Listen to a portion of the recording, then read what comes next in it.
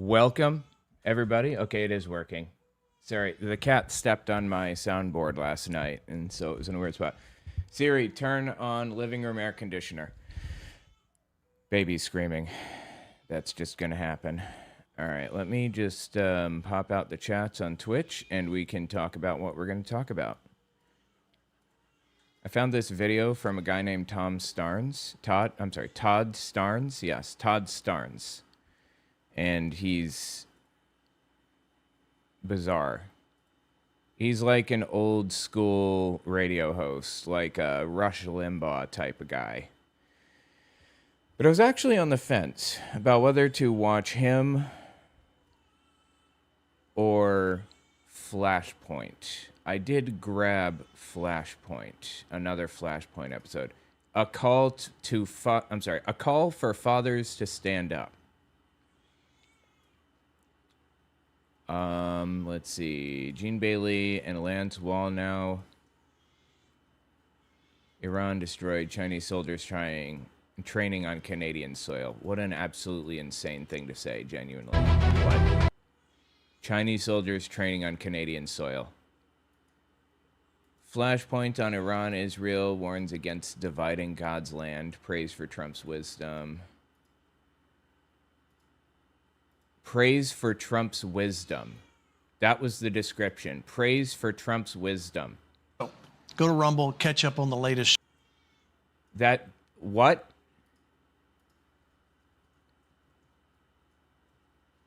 Let's see, where would I find that? Just searching.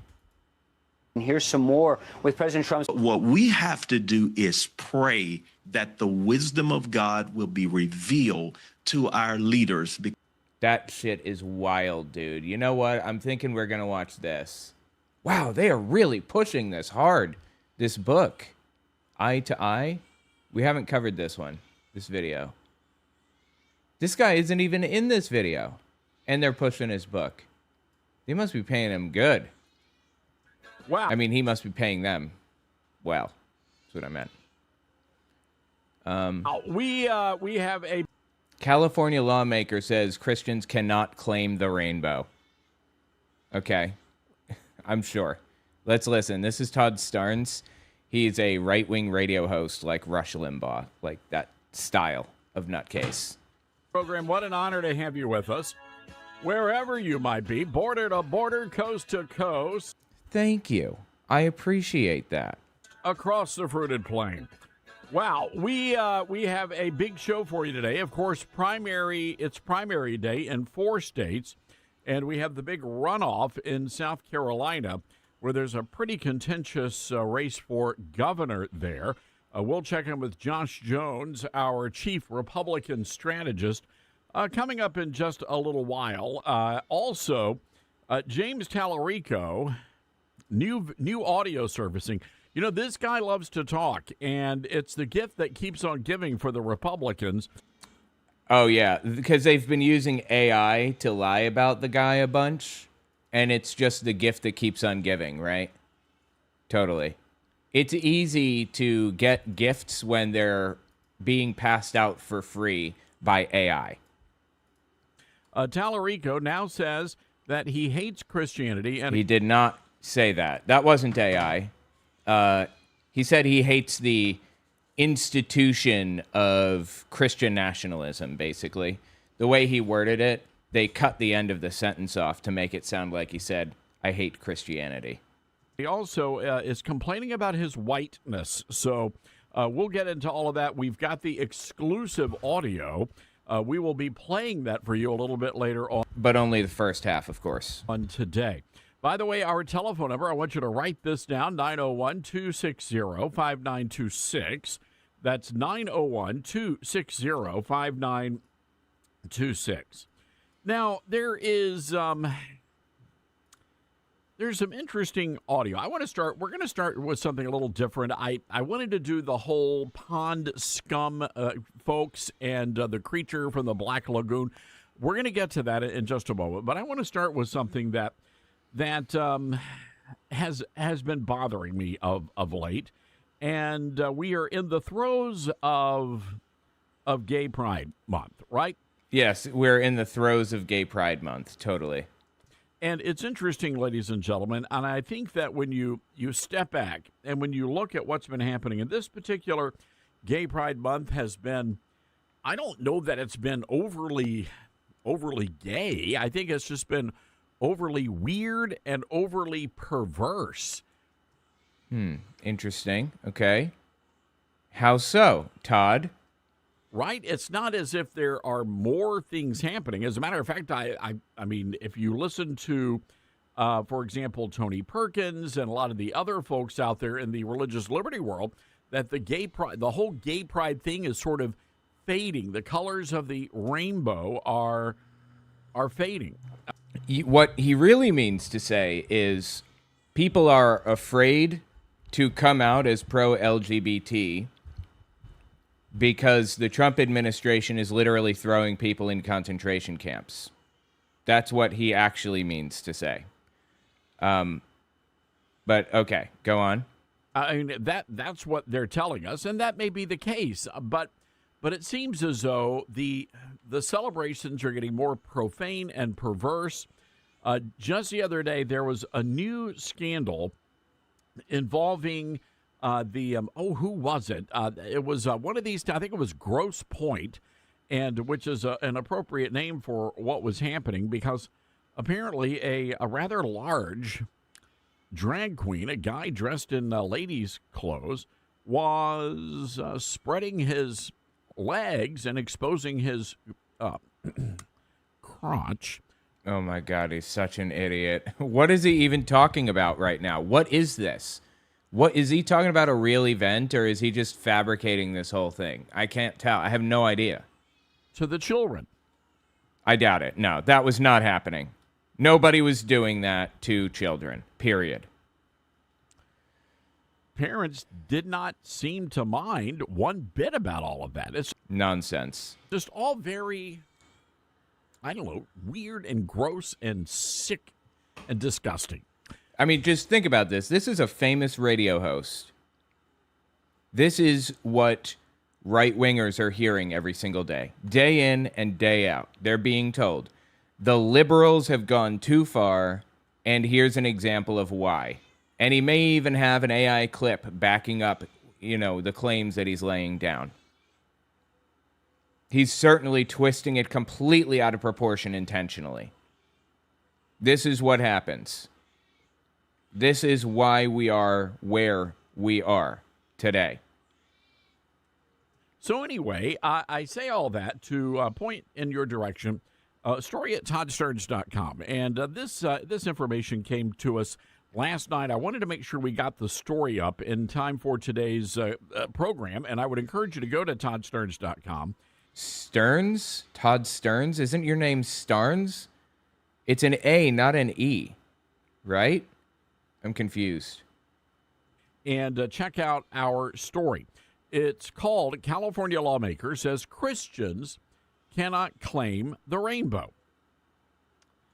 And ladies and gentlemen, it just seems to me, based upon what... I'm trying to grab this video and create a transcript so I can search through it and analyze it, but I haven't gotten there yet. So we'll look all of this up once I get my once I get the transcript. This lawmaker, his name, by the way, is California State Senator Scott Wiener. Scott Wiener. Okay. Wiener is a Jewish name, FYI. That may, are you making fun of Jewish people? Is that what's happening right now?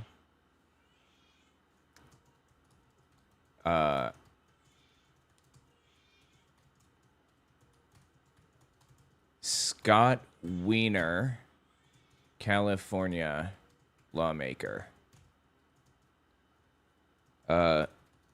Can't claim the rainbow. I mean, is it just a guy saying that, we can, gay people can have the rainbow too? Everyone can have the rainbow? Was it somebody just being facetious? Okay, on June 22nd, here's what Wiener actually said. We're not letting them hijack the Bible to take back the rainbow. The rainbow is about pride. It's about our beautiful LGBT community. and it's about San Francisco beauty and joy. Right. This is in reference to... Hang on. I'm sorry, 1 second.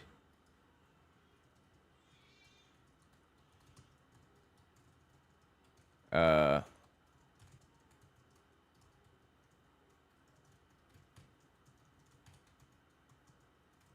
looking here. Give me a second.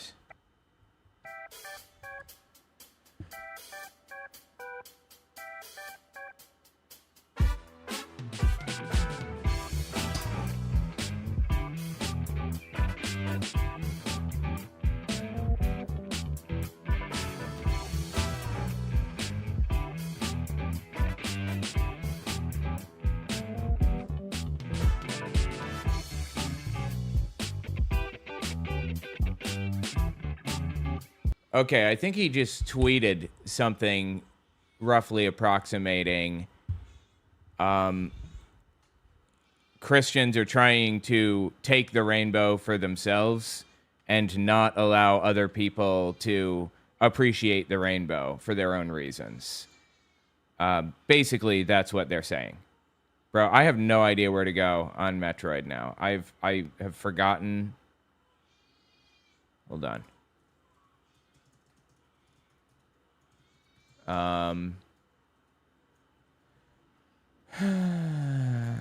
There's an elevator to Dairon. Head to the elevator to Ferenia. Is there an elevator to Ferenia from Dairon? I don't remember. I haven't gone to Gavaran yet.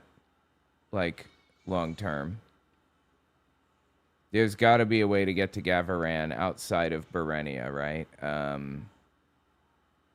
Where the holy heck do I go? Oh, right here. This is where I go.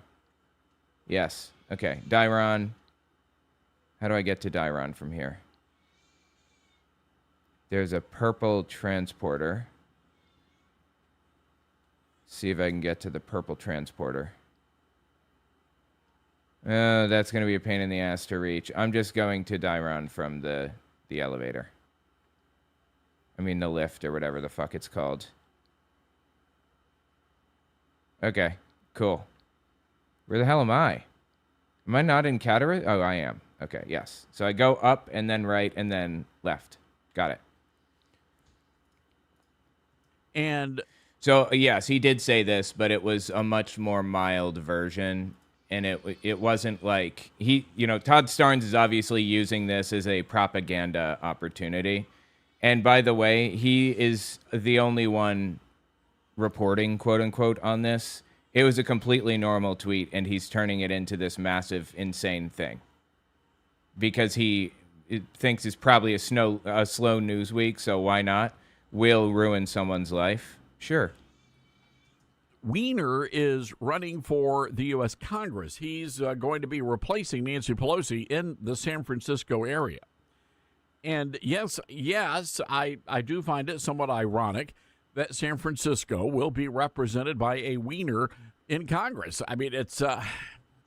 Okay, first of all, I don't think you're using the word ironic correctly. And second, that's just a common Jewish name. Do you not like Jews? Is that what this is?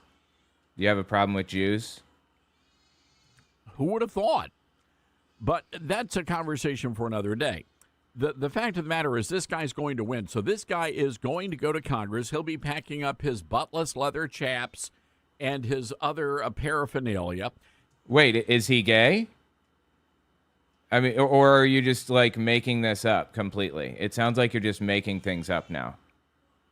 And you've seen it all. We've shared the photos with you. The guy is like a weirdo, a perv. For what exactly? Why do you say he's a perv? I'm missing something here. I don't understand. What brought you to that conclusion? He's just a perv because he has a Jewish last name? Are all Jews pervs in your mind? Is that what this is about? Or what?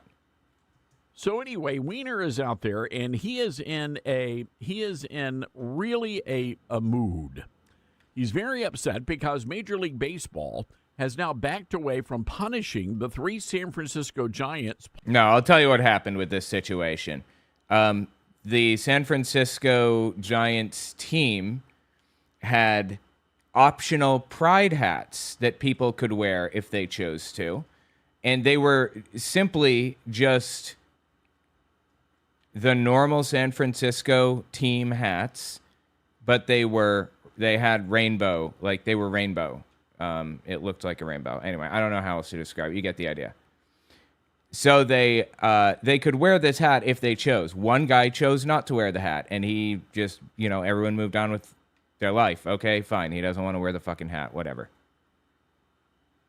But a couple of them decided to make a statement and wrote on their hats a Bible message basically saying, we own the rainbow and you don't. And they got in trouble for writing on their hats because that is against the rules. The guy who wore the normal hat did not get in trouble. Writing on the hats to send a message has always been against the rules. You cannot write, I love you, Mom, on your hat. They do this intentionally, specifically, so that the players aren't advertising things. They don't want to advertise things. So, anyway. I would prefer that players are not advertising things. That would be ideal. Unless what they're advertising is human decency and appreciation and love and nothing more. But in this case, they were trying to advertise hate. Right? They were saying, you don't own the rainbow, we do. And they were starting shit with people over it. They couldn't just live their lives and let others live their lives. They had to start shit. So anyway, the point behind all of this is that's what happened. And Rob Schneider offered to pay the fines or whatever stupid garbage it is that these people are supposedly going to pay if they continue to be shitheads. Bro, can I not get out of here now? Am I trapped in this little area now? Really? Really? They trapped me in this little area. I cannot get out of here now? Okay. No, I can, but that was actually really hard. I don't think I was intended to get out of there. Players who wrote Bible verses on their ball caps. And the Major League Baseball they understand what's going on. The blowback here was so severe. Yeah, Christian nationalists weaponized their domestic terrorists. 100%. Major League Baseball had absolutely no choice but to step in and say, oopsie, we made a mistake. We made a mistake. Yes, they did make a mistake. A grievous mistake, and they were hearing it from everybody, not so much the Protestants as much as they were the Catholics. So anyway, Wiener is very upset because he wanted those guys punished, and he said that anybody who writes any kind of a Bible verse on their pride hat is defacing the hat and also committing homophobia. Now, okay, no, it's about defacing the hat. You can't do that. Okay, they're strict and weird about it.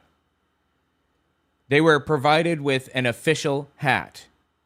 If you don't want to wear the official hat, you can't just create your own. What I find interesting here is the Major League Baseball still trying to have it both ways. And they're saying, well, look, we were never really going to punish the players, but you cannot write or deface anything on your uniforms. Well, that's not true. Yes, it is. And we know that because the players normally do not wear pride attire. So this was a special carve-out for the LGBT. No, it wasn't a special carve-out. You know why? They weren't changing their outfits. They weren't changing their official uniform. This is the official uniform. It's an option that they can wear one if they choose. This wasn't a carve-out. This was officially sanctioned, officially created. It's not like a bunch of people, decided to come to the game one day wearing... Oh, my God, dude. I'm doing so bad right now. This is crazy.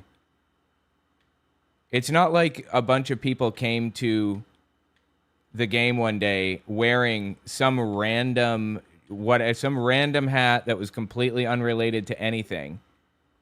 Some Jersey Mike's hat or whatever. And the game was like, oh, all right, okay, I guess. We like Jersey Mike, so we're going to allow it. That's not what happened here. They literally created the hat for the event.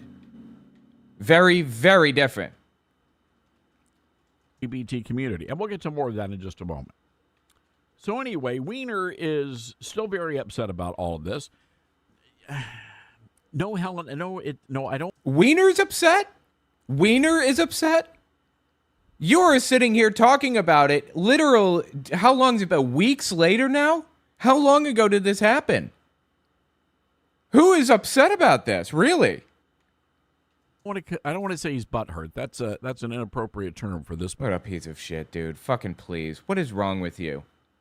Genuinely. Like, can you not just be a normal fucking human being here? Why are you attacking this dude for no fucking reason? Particular conversation, but that's a good thought, though. He is butthurt over this. And so anyway, the players referenced Genesis 9:11 through 15. And we've been through this before. I mean, this is the Bible passage about God promising to Noah that he would never destroy the earth with a flood again. And the rainbow was a sign of that. So anyway, Ken Ham, the founder of Answers in Genesis, weighed in on all of this. And what's interesting is that Weiner is now saying that Christians no longer can claim ownership of the rainbow. So Scott Weiner says the rainbow, and I'm going to read this to you, we're not going to let them, talking about the Christians, we're not going to let the Christians hijack I think he's talking about homophobic shitheads, actually, but okay. It doesn't have to be about Christians. No, it's not about Christians. It was never about Christians. It was about homophobic dickheads. The Bible to take back the rainbow. The rainbow is about pride. It's about our beautiful LGBTQ community, and it's about San Francisco beauty and joy. Well, let me tell you something, folks. If you've been in San Francisco on a gay pride parade, there's a lot of pale flesh and buttless leather chaps wandering around. Oh, okay. And apparently, just taking a look at this, this was part of the Take Back the Rainbow campaign. He wasn't issuing a prohibition on Christians, obviously. Just looking here.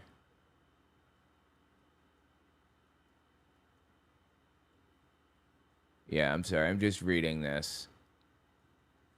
I was really like, God, the download is taking so long. Let me see if I can find this on YouTube instead. It's Todd Starnes. Hold on. Todd Starnes. If he's not on YouTube, I'm going to lose it. Yeah, here it is. It is on YouTube. Christian leader. That's a short. Is this it? Try it today at MY. Yeah. Yes, this is it. Okay, got it. Let me see if I can cancel the download here. Wait. Oh, the download just finished, literally just now. Damn. Now it has to transcribe and analyze. But let's use the YouTube video now because I can amp this up. Actually, let me try amping it up this way. Let's see here. Too quiet. A pretty scene. But Weiner is... Yeah, let me try amping it up with this a little bit more. Is now declaring that the gay people of America... All right, there we go. That'll work. It's downloaded, so I suppose I can just pull it up on this now. It's going to take a while to... Wait, where was I? 1329? Hold on. We have... 13, so 7. So Scott Weiner says the rainbow, and I'm going to read this to you. We're not going to let them, talking about the Christians, we're not going to let the Christians hijack the Bible to take back the rainbow. A little further, I think.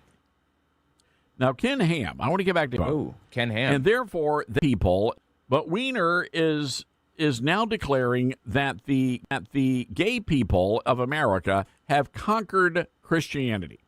And therefore, no. What's he talking about? Gay people have conquered Christianity? No. they now claim ownership of the rainbow. And I'm curious to hear your thoughts on that. Now, I mean, it's nonsense.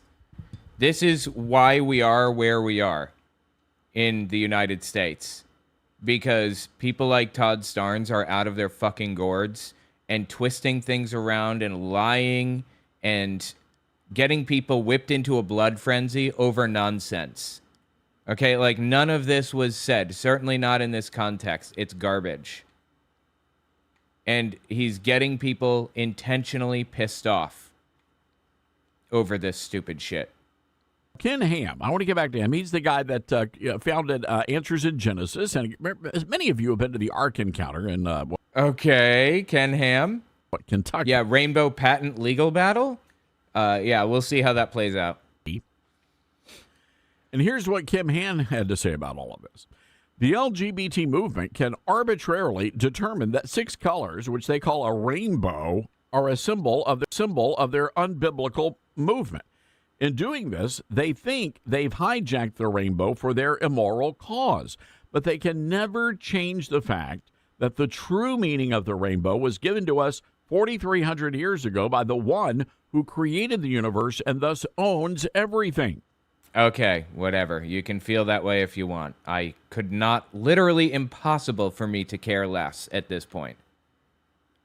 I could not care less about how you view the fucking rainbow. But obviously you do care how everybody else views the rainbow, right? You don't seem to be able to handle the fact that people have different views than you on anything. Certainly not on the rainbow.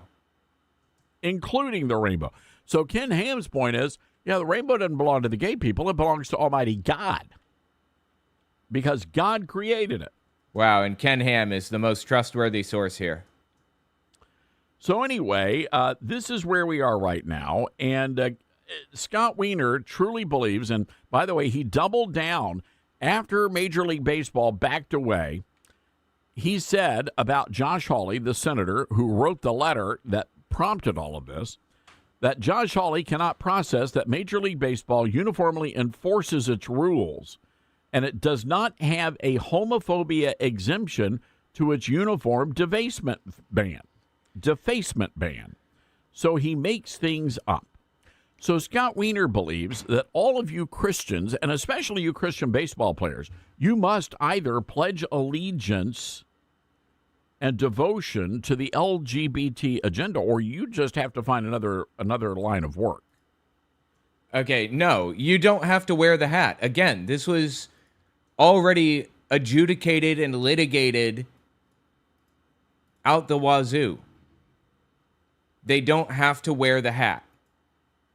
So, ladies and gentlemen, I just posed this question to you because clearly this is becoming an issue now where many companies around the nation are not satisfied with just celebrating pride. They're I'm not sure why that keeps happening. It keeps bouncing back and giving me a weird little error or whatever.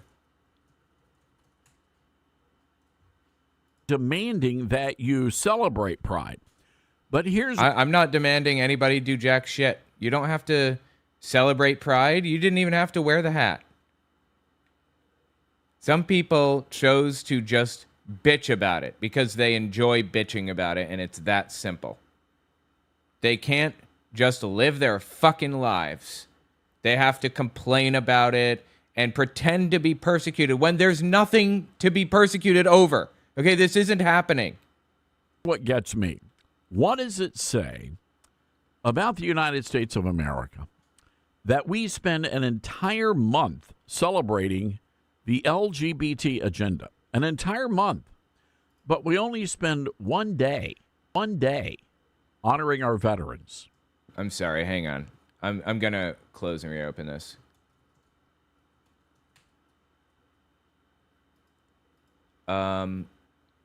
1 second here. Transcript. Got it. Okay. 1 second here. Oh my God. Here. This is an interesting line of propaganda.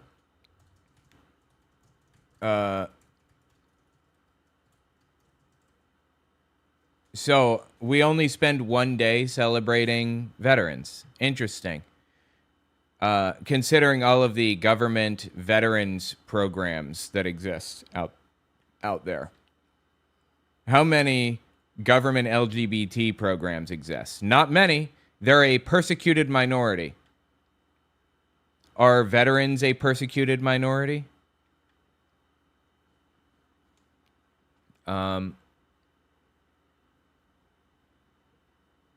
Also, we don't have just 1 day for veterans. There are 2 federal holidays honoring service: Veterans Day, November 11th, and Memorial Day for those who died in service. So, whoops, just picked a whole bouquet of oopsie daisies on that one, didn't he? Also, Congress designated May as National Military Appreciation Month in 1999. Do you not care enough about the military to know that May is National Military Appreciation Month? Did you really not know that, you dumb son of a bitch? Okay. Month. But we only spend 1 day honoring our veterans.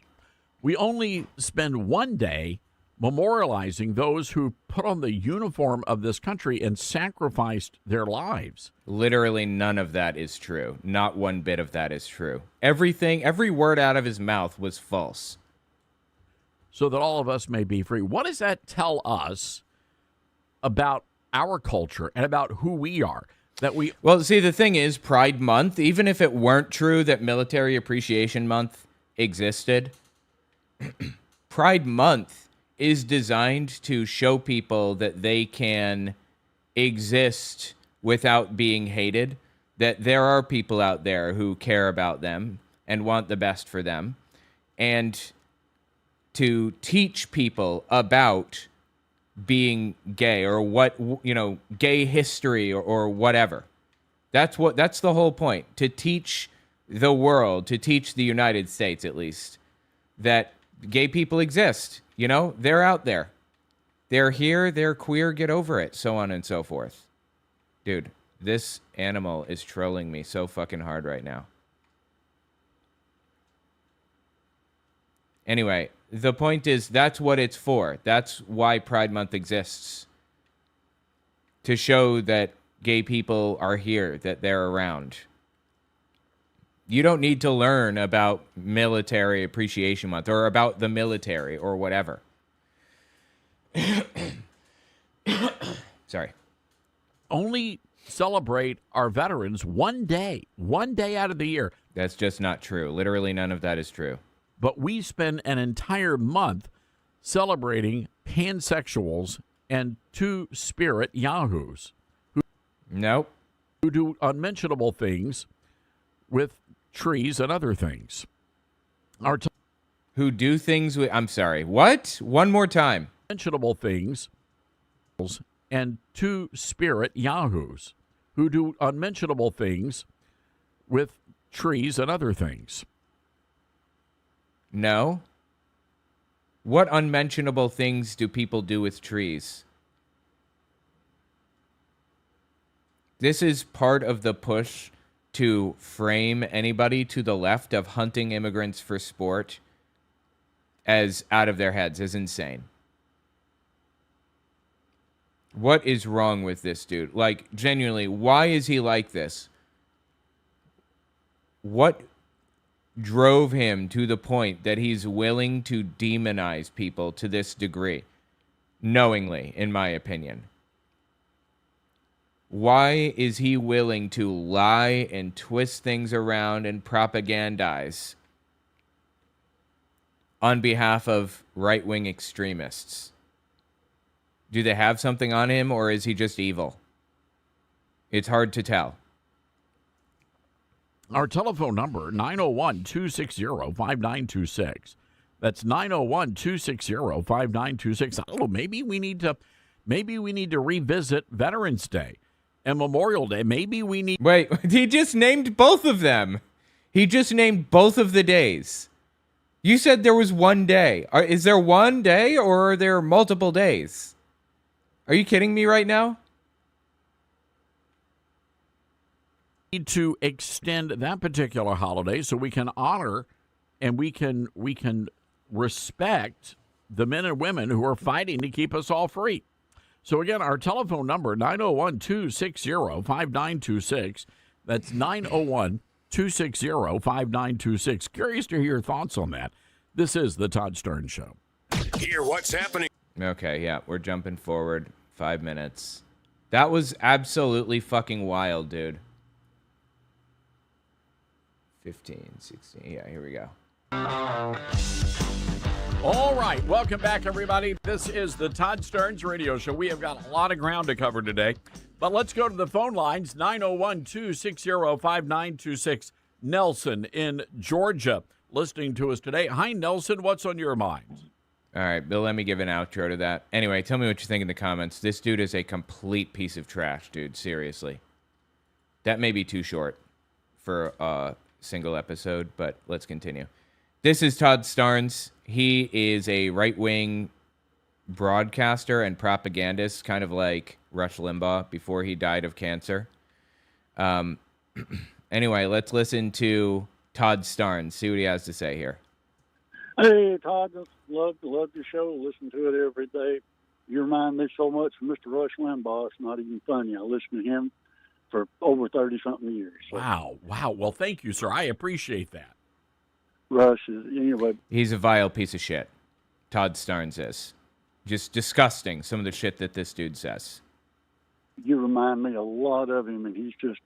Yeah, well, that's because he's made his whole brand about looking like Rush Limbaugh. Looking like and acting like Rush Limbaugh. Just a vile piece of garbage. Anyway, the reason my call is I am an evangelist. I have been for about 30 years now, and these poor people that are running around in this God-forsaken community that they're living in, of the LGBTQ and all that stuff, apparently they've never read the Bible, they've never read the Old Testament. Okay, I disagree. I think they have. But okay, let's just take that at face value. You're right. Let's say they haven't. They don't have to. That's their fucking choice. They're not obligated to. Why are you pushing your shit on them? Can't you just leave people alone? You know, in the Old Testament, they called these people dogs, and they kept them around to entertain foreign dignitaries.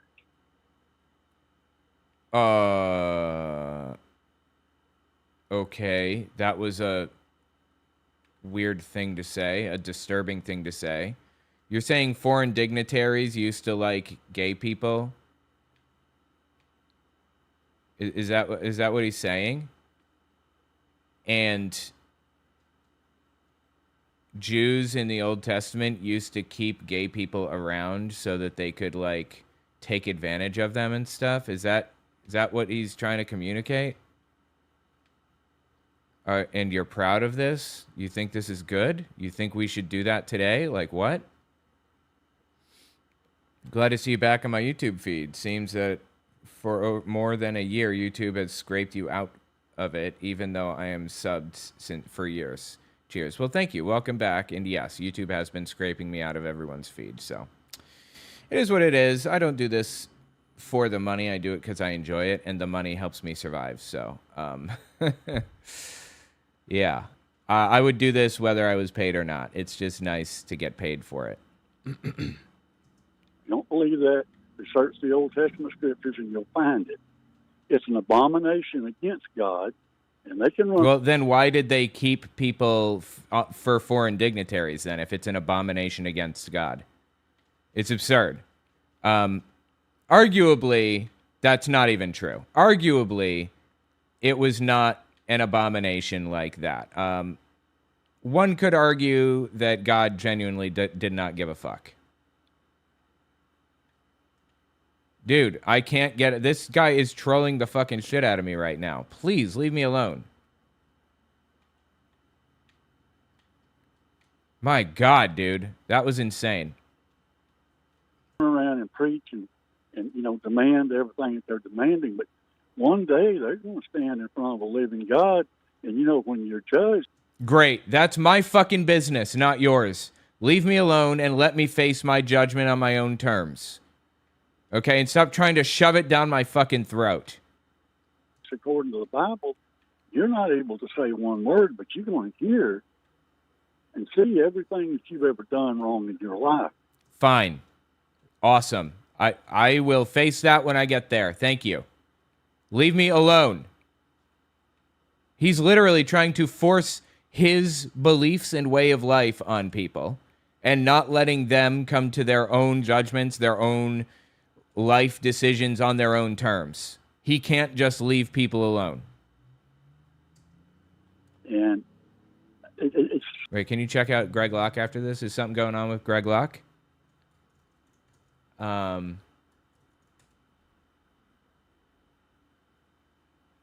YouTube? He was banned from YouTube. So we come into your presence with praise. This is an old one. Videos. I'm not seeing anything new on here. I'm not sure anything new is happening with Locke at the moment, but I will pull it up and we can scan through. Mishandled God's presence. Let's see, sermons. Why God uses nobodies. Where the hell are the... Please leave me alone. Where the hell are the Sunday sermons? I'm looking for the Sunday sermons here. Home? Come out in Jesus' name. Now streaming worldwide. Oh, I forgot he did a movie. Maybe we should watch the movie. Can we watch it? Is it possible? Let me check YouTube. Hold on. Come out in Jesus' name, Locke. You have to buy it? Really? In the New Testament, is it verifiable that... I don't want to buy it. Wait. Why is the play button the only thing not working here? Nothing is working. Why can I not play this? Is it on Rumble? Come out in Jesus' name, Locke.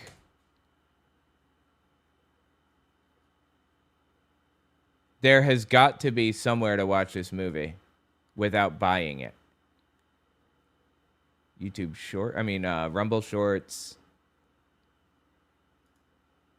This is frustrating.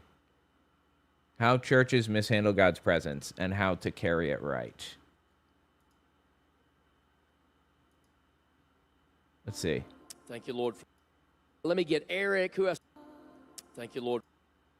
This is the sermon, looks like. When we haven't been. Thank you that you're merciful when we're not. I'm not sure this is going to be an interesting sermon. Why God uses nobodies? Hold on. 11. And we're going to continue your nation by speaking negative, and only 2 spoke positive, and they were the only 2 that made it to the promised land. The only person in your life keeping you from God's richest blessing is you. It's not your spouse. It's not the president. It's not Democrats. It's not Republicans. It's not Israel. It's not Iran. It's by the way, not your pastor. By the way, my book came out. My audiobook finally released. I was waiting for the audiobook to release. It took forever. And it finally released. God's People, Christian Nationalism in the Third Reich. I would really appreciate it if you guys checked that out. It would be awesome. Oh, yeah, and leave an Amazon review if you do. That would mean a lot to me as well. Amazon reviews are really important for books. It's owenmorgan.com/godspeople. That's how you reach the Amazon review page if you want to review it. If you've read it, obviously. I want people to read it.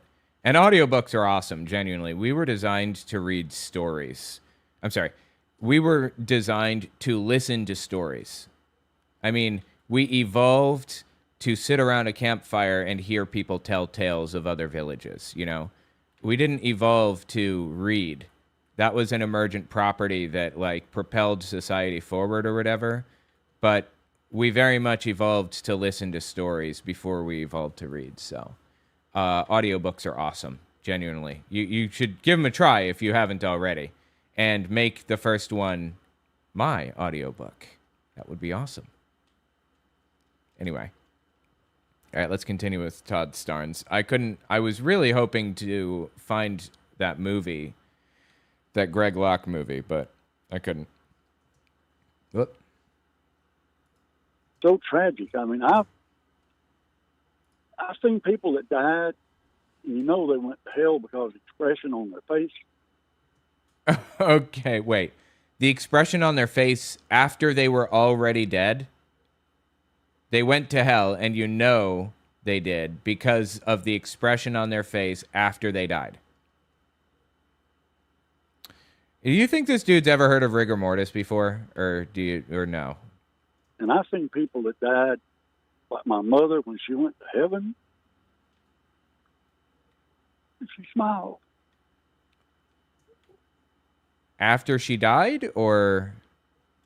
Well, Nelson, let me ask you a question. I mean, you're an evangelist, and again, I'm a constitutionalist. I believe that the Constitution affords you the right to live your life the way you see fit. Now, I may not necessarily agree with that, but that's how our Constitution was formed. For example, if you want to be an atheist, I don't get that, but okay, you've got the... I don't want to be an atheist. I am an atheist. That's how that works. Religious belief is not a choice you make. It's a conclusion you reach. Either you are or you aren't. And you can change it by arguing with me, by convincing me that you are right. You can't change somebody being gay. They're just gay, and that's what it is. So it's a little different from being gay in that sense. But it's similar in that it's not a choice that people make. That's who they are, period. Right to be an atheist, and we're not going to persecute you because of your religious... No, you're not. You're not going to persecute people for their religious beliefs? Interesting. Okay, go on. You have my attention, good sir. To be an atheist, and we're not going to persecute you because of your religious or your non-religious belief. If you're a member of the, if you're gay or lesbian, and that's how you want to live your life, that's between you and God. Great. We're on the same page then. Fantastic. That is not up to me. But where I draw the line, I draw two lines, Nelson. Number one, it involves the children, and you cannot bring that stuff around the kids. People aren't, quote unquote, bringing it around the kids or whatever. They're living their fucking lives. Okay, that's very different from trying to trans the kids or whatever the fuck you think is happening. And also, kids are gay too. That's just a fact. That's how the world works, okay? I know you don't like that, but kids are gay. And they know they're gay. Like, long before one would think. Being gay isn't about sexuality. It's not about sleeping with somebody. Being gay is about who you love, not who you want to sleep with. But, he doesn't get that, obviously. And that goes for straight people, too. You don't need to be bringing your sex and debauchery around. Yeah, no one is bringing their sex and debauchery around children, straight or gay. This dude is complaining about gay people. Siri, stop. This dude is complaining about gay people simply saying they're gay. That's it. Siri, stop. Jesus fucking Christ. I didn't even ask it to do something in the first fucking place. Anyway. These people are complaining about gay people just being gay. Just like teachers saying, yeah, I have a husband. That simple. A bunch of preschoolers. But the other part of that is preschoolers? What? You cannot bring that stuff around the kids. And that goes for straight people, too. You don't need to be bringing your sex and debauchery around a bunch of preschoolers. Nobody does that, okay? This is fucking delusion. Please get help. But the other part of that is when you force me to accept and celebrate what you do. No one is forcing you to do that. That's where I draw the line. Amen. Amen. This dude very obviously wants to eliminate gay people from the face of the planet, right? Why did he say amen to that? He does not want to just, like, let people live their own lives. I agree with you 100%. You know, what people decide to do, I believe in our Constitution. I believe in every word that's written there. No. Our forefathers were brilliant people. I believe they were all God-fearing people. Well, then you have been lied to, sir. But it's just like you just said, Todd. This is a country where you have the right to believe in anything you want to believe in. But when you get to the point where you're harming young children, that's not happening. Harming anyone with your acts, that should not be acceptable. Like, oh, I see. So he's found a nice, neat little sidestep here. We have the constitutional right to live our lives the way we want to live them. And he found a nice sidestep so that he can prevent people from living the lives they want to live now. You're harming other people by being gay.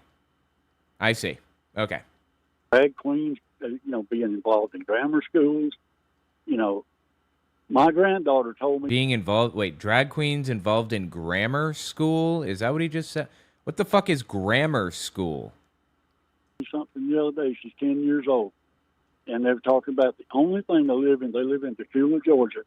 And the only thing that they teach about politics in their school is Barack Obama and Joe Biden. They will not mention Donald Trump. His name's not allowed to be spoken. Oh, please, dude. No, you cannot tell me Donald Trump's name cannot even be spoken. Really? Give it a fucking rest, brother. Can you, make your ridiculous garbage a little more believable next time, please?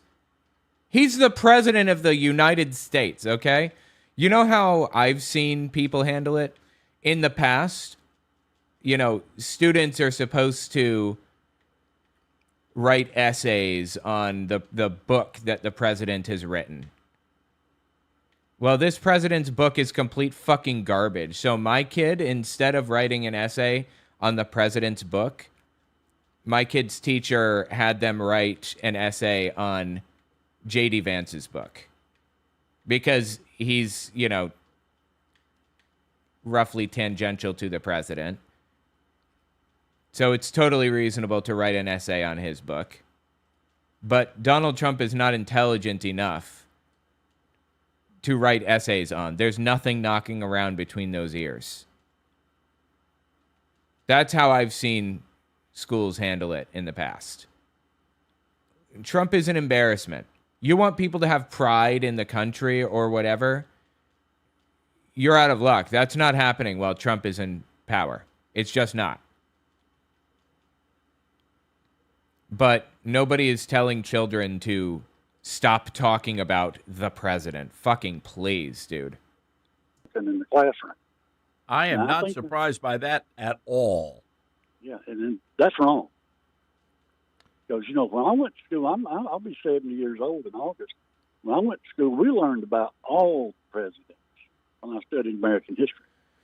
Oh, my God, dude. So you think that they don't talk about Trump at all in American history class? Mm-hmm. Nelson, and again, I think back to my high school years and my junior high years. What was that? That was in the 1900s, right? I'm just kidding. Sorry, 1900s people. I'm one of you, so yeah. That was all the way back in the 20th century. So long ago now. So that was in the mid 80s. And I don't remember, I cannot tell you what the political affiliations of any of my teachers are. Yeah, and do you know who changed the environment in the United States to make it more politically charged? Do you know when that happened, roughly, give or take? Can you guess when that happened?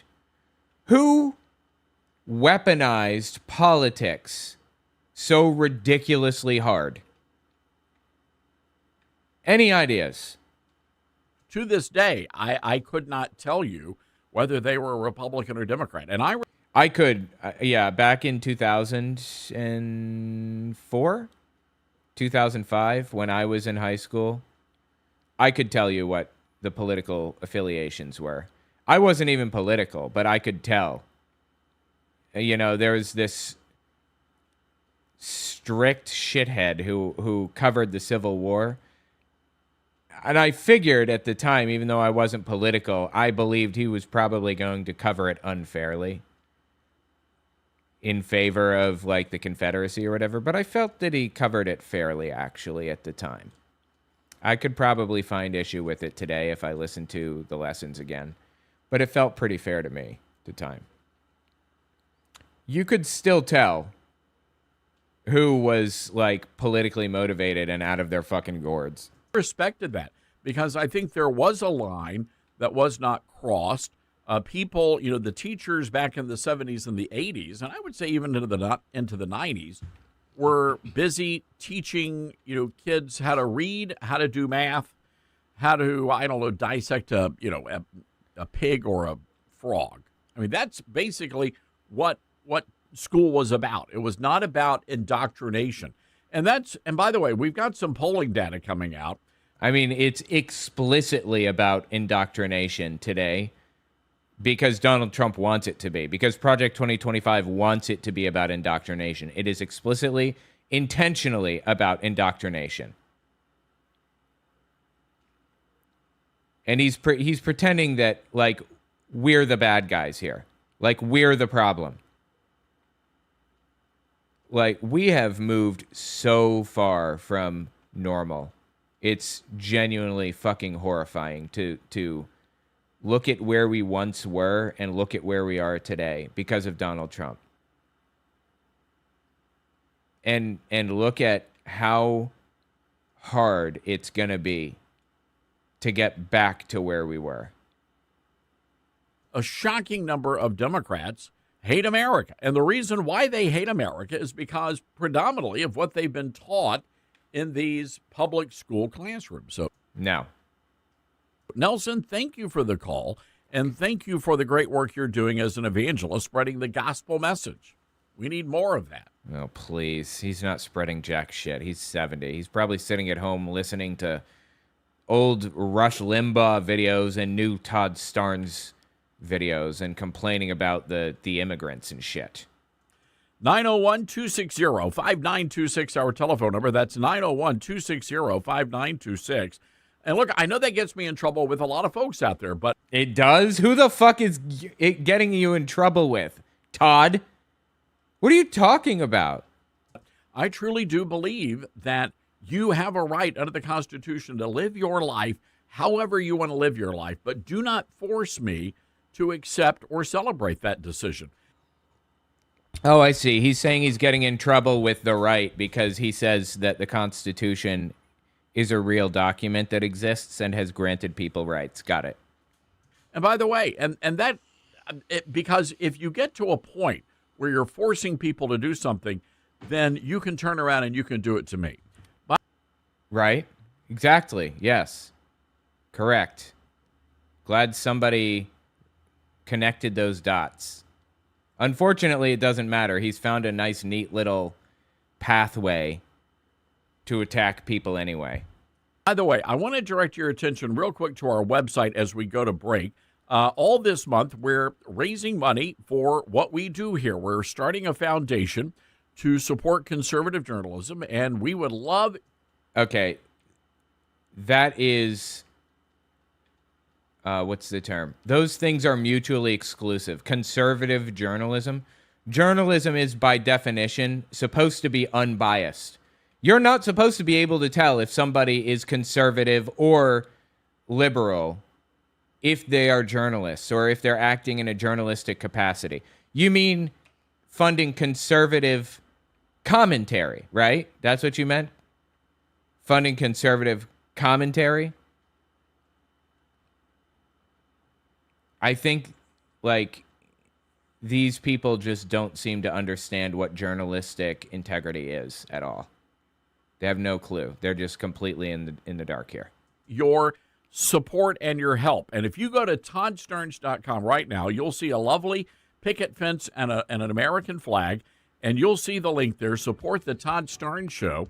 And we would love for you to go. Maybe you can donate $5 or $20 or, I don't know, $250,000. We want you to join us in our effort to raise up next generation journalists, talk show hosts, and we're going to do that with your help. ToddStarnes.com. Just click on the link that says support the Todd Starnes Show, and you'll be able to make that donation. Hang tight. Insane, dude. What an insane thing to be raising money for. There are literally homeless veterans out there.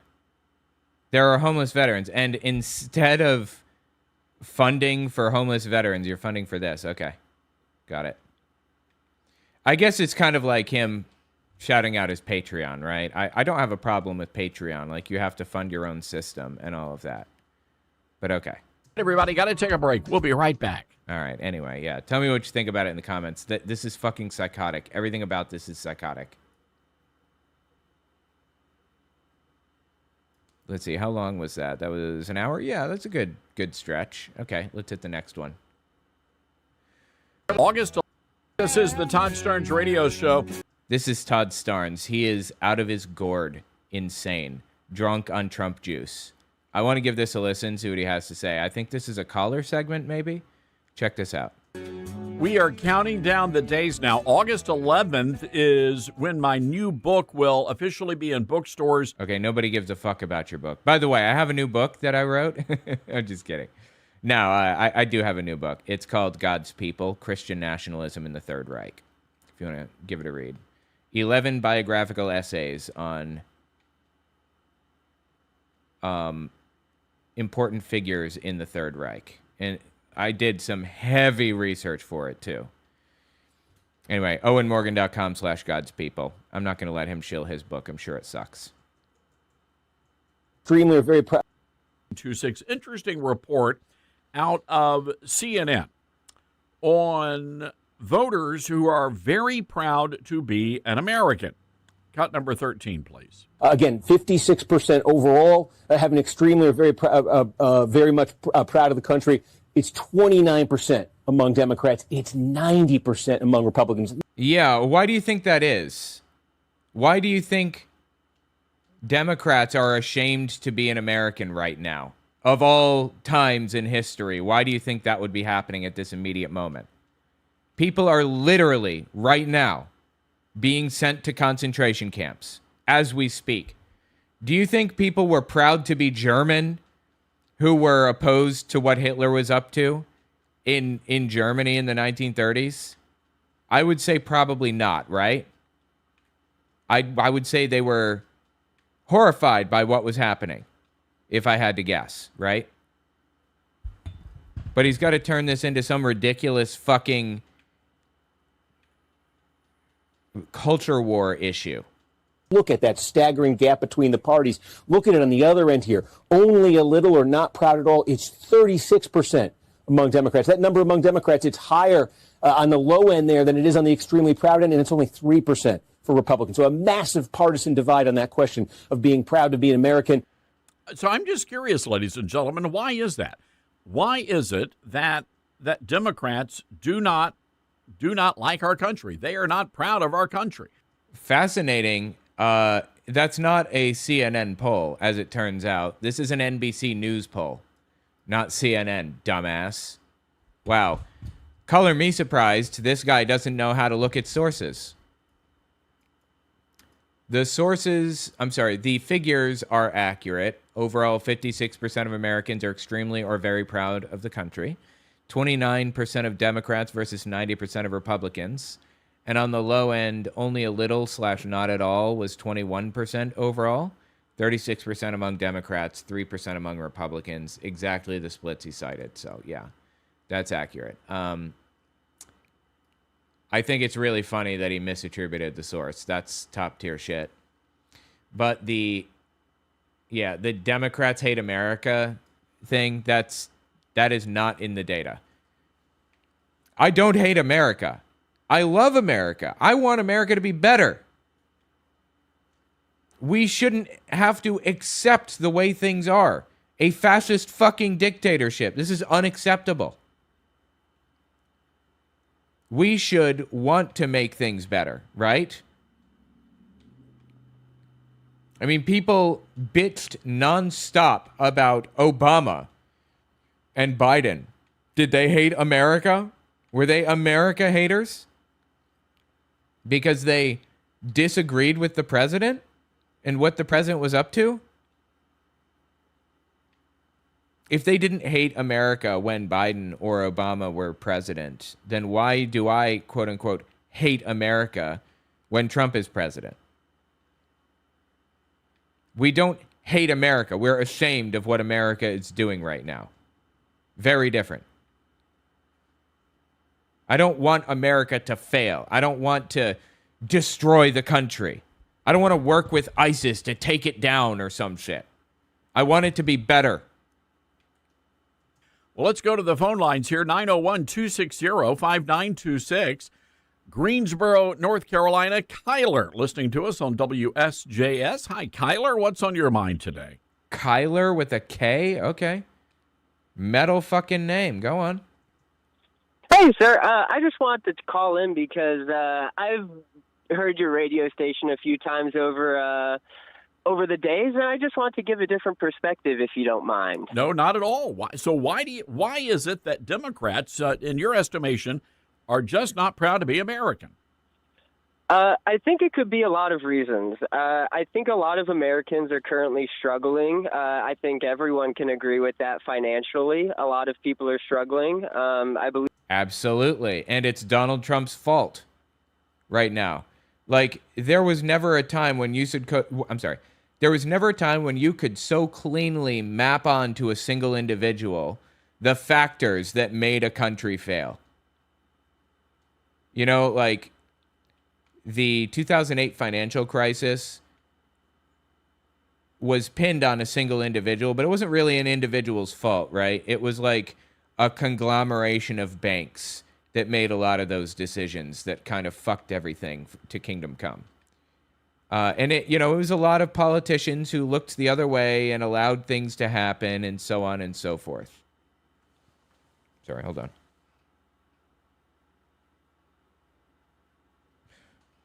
Getting a fucking phone call from a realtor. Why would a realtor have my phone number and be calling me? I'm not in the market to buy a fucking house. Somebody sold my phone number. That shit pisses me off so goddamn much. Anyway. Donald Trump is maybe the clearest cut case of somebody is to blame for this massive financial crisis. Maybe the clearest cut case of that I think I've seen in a while. It's upwards of 60 or 70% of Americans don't have $500 in a savings account. And you can chop that up to personal finance. You can chop that up to independent faults. But when you look at the overall picture, 70%, that's not an individual statistic. 70% of people in this country can't be failing, right? So where are you getting that number, 70%? That's a pretty well attributed and well-known number.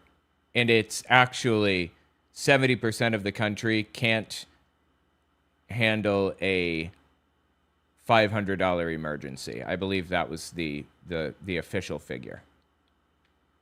Does Todd really not know that? Is this news to him, genuinely?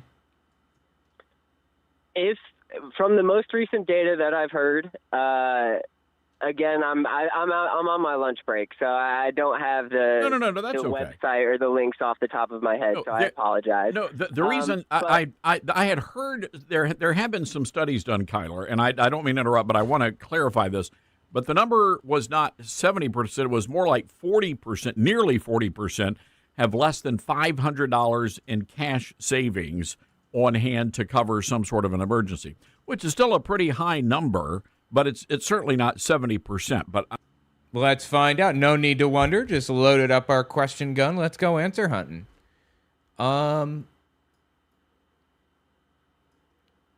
it looks like. One second. It looks like there are a few different numbers. The $400 emergency version and Empower study found nearly 2 in 5, or 37%, couldn't afford an emergency expense over $400.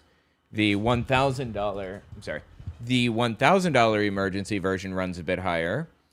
January 2026 found that a January 2026 study found that 2 in 5 Americans, 43%, couldn't pay for a $1,000 emergency expense from savings.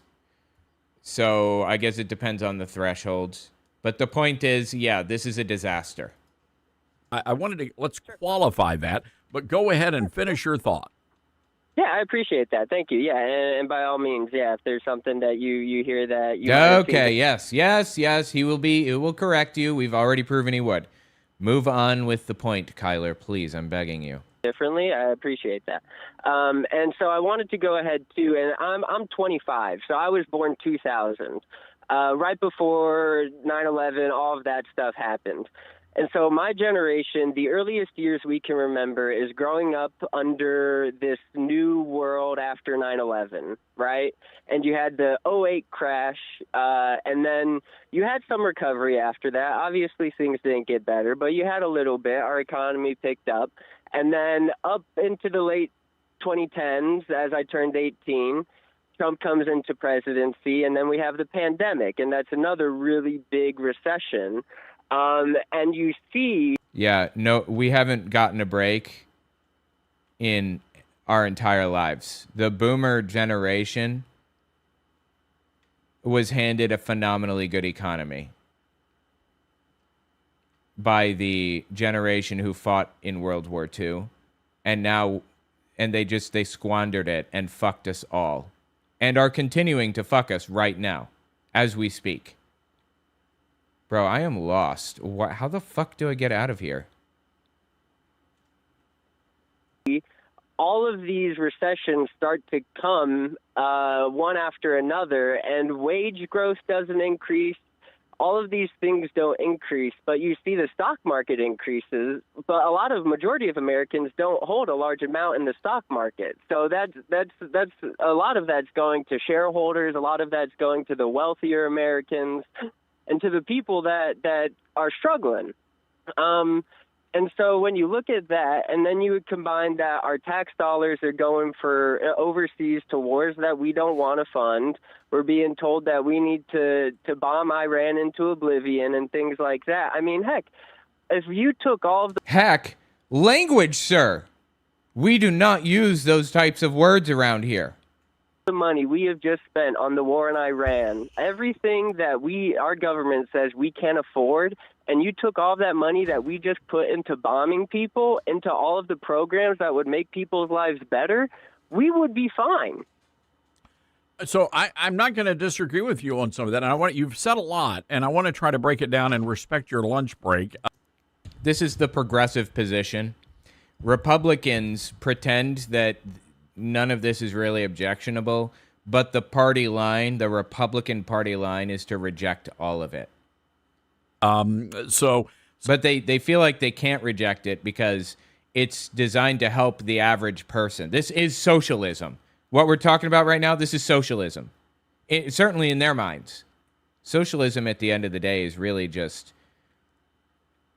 workers uniting to get better, to get a better position for themselves, to fuck the capitalists, or to make sure that the workers aren't fucked, but the capitalists have to make sure that everybody is doing okay.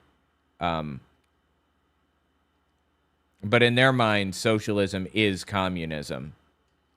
Anyway. So let's jump into this. First of all, on the issue of the recessions, I am not going to disagree with you, except on this one issue, there have only been 2 official recessions since 2008. One was, of course, well, officially declared, but how is a recession defined? It's negative GDP growth for more than, I don't know, 3 quarters, or is it just 1 quarter? I'm not even sure. Republicans have been very adept at avoiding the official definition of a recession. They've been very good at preventing the official definition, but we have had negative GDP growth, clear as day. A lot. The collapse in 2008, which was known as the Great Recession, and the other was the China virus recession. Fucking please, dude. So that is accurate. There's a big difference between what happens on Wall Street, and I point this out every time we have somebody call in and say Wall Street is booming, the economy is great. Well, not everybody's invested in Wall Street. As a matter of fact, a majority of Americans are not invested in Wall Street. So you have what's happening on Wall Street, but you also have what's happening on Main Street. And people are suffering, Kyler. There's no doubt about that. And I think there are a lot of factors here. But one of the big challenges for young people is inflation. And that actually started under the previous administration. Oh, please, dude. Inflation started under the previous administration. Okay, so the previous administration before COVID was Obama. You're telling me inflation started under Obama? Is that what you're saying? Get fucking help, man. Like, Obama is not to blame for literally every single fucking thing in the world. At some point, you have to admit that Donald Trump is to blame for something, right? Jesus Christ. It was getting under control, and then we've got the war in Iran. Inflation ticks back up. Prices start going back up again. Gas prices, while they're high, are not nearly as high as they were under the Biden administration. But Kyler, that so Biden dealt with the brunt of COVID. COVID appeared right at the ass end of Trump's presidency. It appeared in 2020, February 2020. We had the election, and then Trump left within, 9 or 10 months of that happening. Because he botched it so fucking bad. So all of the financial fallout, all of the crises, all of the issues that we had to deal with, that all happened under Biden. That doesn't mean a hill of beans to anybody who is still struggling to figure out how to pay for, a quarter tank of gas or a half a tank of gas. Mm-hmm. So I get that. Yeah. I get that. So what do you think? What is the answer here? Well, I think overall, and I think a majority of Americans honestly would agree on this, and we are divided between culture issues. We're divided among things like immigration and trans people. And yes, oh my God. Trans people only make up about 0.1% to 0.3% of the population.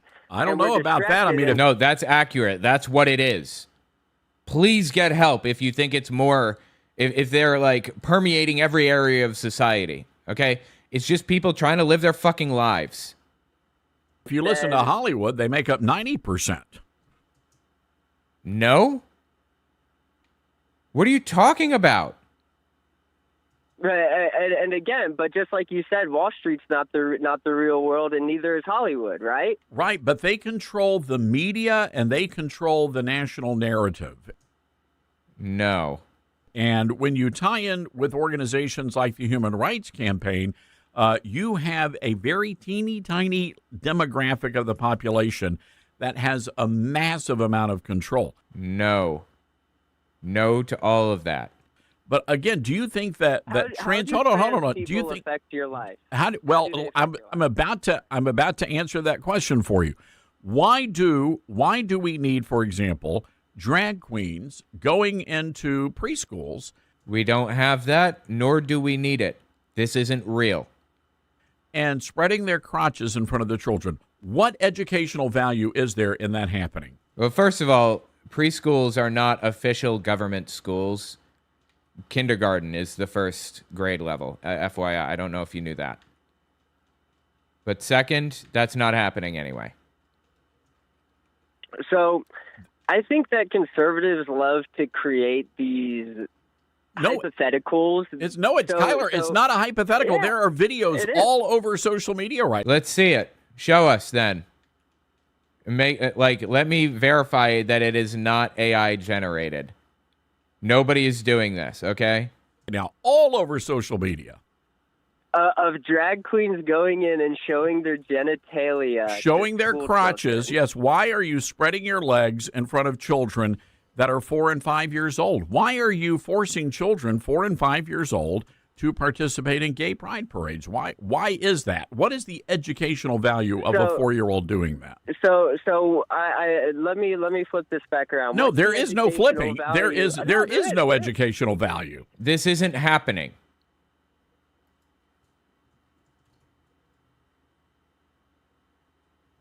Hang on.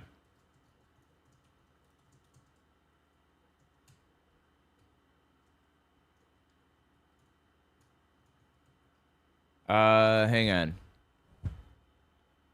No, this isn't real. He says it's all over social media. No, it isn't. I don't think that this is real. There's some AI generated footage of something similar, apparently, that's well known to be AI generated, but no, this isn't real. But again, I want to circle back on it. You see, you're getting off the reservation. I want to bring us back in. You said that one of the reasons why Americans or Democrats are not proud to be an American is because of the economy. Well, the Democrats are the ones that put us in this position with the economy, and President Trump's trying to get us out. What? Democrats put us in this position with the economy? What are you talking about? What are you smoking? In no way, shape, or form is this true. Not even a little bit.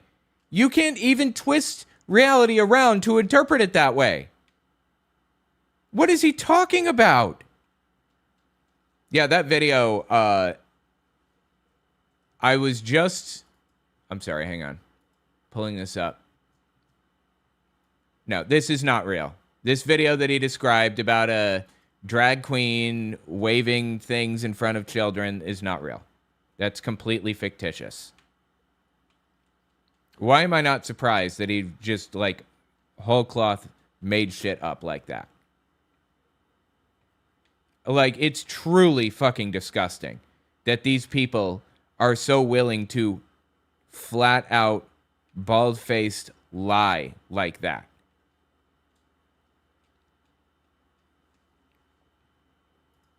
Back in the 70s. We love going back to the previous administration, the previous administration, the previous administration, the previous administration. This has been an ongoing fight against, this is a class struggle, sir. And this is what the older generation doesn't understand. This is a class struggle. This is between working class people and the ruling class people, the corporations, the people that own the capital, the capitalists. That is what this is. The people who own the capitalists. Ever since the Great Depression, in which... No, dumbass. He said the people who own the capital. The capitalist. You got gummy bears in your ears or something? You can't fucking hear what somebody is saying? Are you deaf or stupid? Since the Great... the ruling class people, the corporations, the people that own the capital, the capitalists. That is what this is. The people who own the capitalists. Ever since the Great Depression. Get your fucking ears checked, Grandpa. In which FDR said he saved capitalism in his obituary He said he saved capitalism by passing the Green New Deal and all of these socialist reforms that brought money back That to was the the New working Deal. class. AOC was the Green Deal. New Deal. Yeah, that's AOC. Okay, yeah, the New Deal. Doesn't know how The to New operate a garbage disposal. But go ahead. What? Sure. And so when he passed all these things, it was record-breaking tax breaks for the working class. Democrat, it was by the federally way. Funded. Wait, who's he talking about? Who is the Democrat? Is he talking about FDR? FDR was a Democrat, yes. What you think that hurts your point or helps it? It was record-breaking tax breaks for the working class. Democrat, it was by the way. Federally funded programs. Democrat and job did programs that. for people. I don't. What point is he making? I'm lost. I don't understand. What about LBJ, another Democrat who enslaved generations of black Americans to the government teat? What about LBJ? Okay, that's nonsense. That did not happen. BJ. Hey, Democrats are racist, sir. I'm not a Democrat. Okay. So what he's referring to is the old Dixiecrats? I'm confused. I thought he was talking about the good things that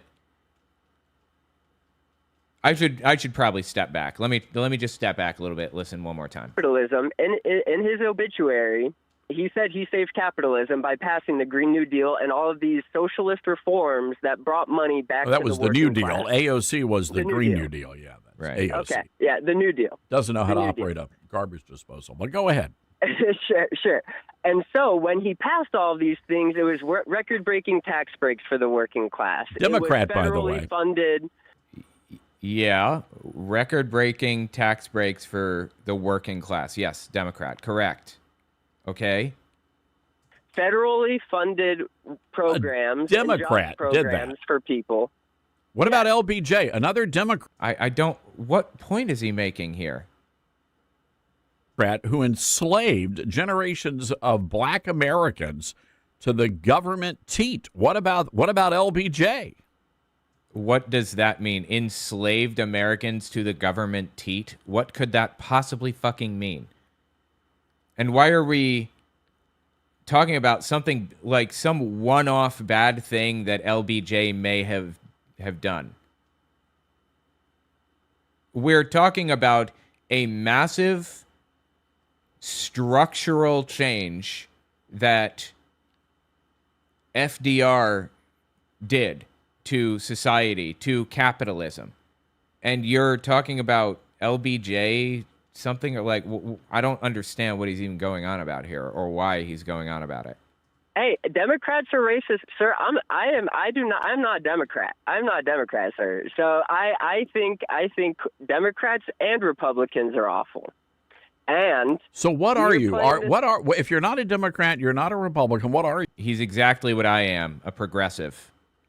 Not going to accept people being oh my god, dude, this is the second fucking time this has happened to me. Shit, I am most definitely trapped. Fuck. Come on. Damn it. I got to do it again. I just don't like what Democrats are doing, the party apparatus. I don't think that, like, I definitely vote Democrat every time. Like, I'm registered Democrat, I vote Democrat. I prefer Democrats by a wide margin over Republicans. I would take literally any Democrat over any Republican any day of the week, without a doubt. But I don't like what the party is doing at all. I think the party is corrupt, and just politics in the U.S. in general is corrupt right now. I don't like that. I'm a leftist. Okay, so all right. So who did you vote for in the last election? Who did I vote for? Mm-hmm. I unfortunately had to vote for Kamala. But a Democrat. I didn't want to. All right, so yes, you voted for. But you. What about? Hold on. Yes, they vote on the left, obviously. Just like just like Trump supporters would vote for, somebody on the right. All right. No, that's or like libertarians vote for Trump. Fine. What about before? Well, you can vote for anybody. I mean, you can write in a name if you want to write in a name. What about before Kamala? Who did you vote for? That's the faux democracy, right? That's the faux democracy. No, it's not a faux democracy. You can walk in, you can write somebody's name in. Because you could vote for a Green Party candidate that doesn't get any media coverage, that doesn't get any coverage by anyone, or you can vote by the two Democratic candidates that get put up. Kamala wasn't even voted on by Democratic constituents. She was pushed by the party. Yeah. That's the Democrats. Yeah, that's the Democrats. Yeah, that's how they operate. Fucking please. How do they operate? What is he even talking about here? That they're corrupt or something? Democrats are significantly less corrupt by a wide margin than Republicans. It's not even close. So I don't want to hear it. So it was Republicans who freed the slaves, by the way. Let me get... No. It was people on the left who freed the slaves. It was abolitionists. It was progressives. It was people who could change or who wanted to change the way that society works. Not the traditionalists, not the conservatives, not the moneyed interests who freed the slaves. The parties switched, obviously. Who did the Confederates support? Did the Confederates support the Republican Party or the Democratic Party? The conservatives were Democrat at the time, obviously. The Confederacy was made up of Democrats. Does he think that the Confederacy was left-leaning? He knows this is a lie, and it's a wild, reality-denying lie that these people tell. Let me get back to what I was real saying. quick. I've got about 30 seconds here, so finish your point. I'm not sure where we're going with it, but fucking please. Yeah. All people on the left are idiots that don't understand basic logic or science or blah, blah, blah. Yeah, he just doesn't know how to have a normal conversation with people. What a piece of shit, dude. This guy drives me nuts.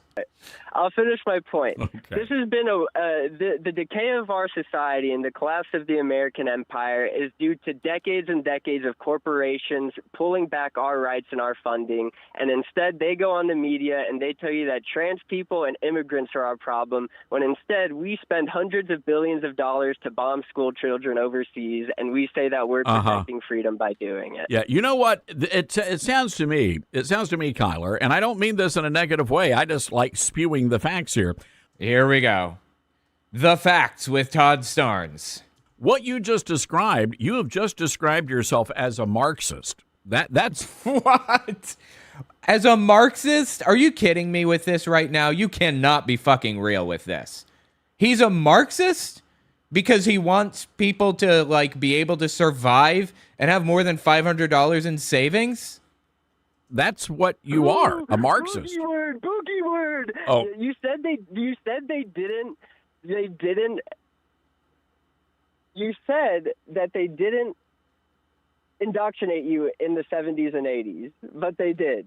No. That's how. You, sir. He's right. He is absolutely correct here. They absolutely did. In the 70s and 80s, the Cold War, the Red Scare, this massive thing. Yes, absolutely, without a doubt. You, sir, are a Marxist. Marxism. You're a Marxist. And what's the Why didn't you just admit it? Why didn't you just admit it? He literally just did, dipshit. Seriously, I'm starting to think he really does have gummy bears in his ears. Admit it. You couldn't admit it, Kyler. I asked you. Can you define Marxism?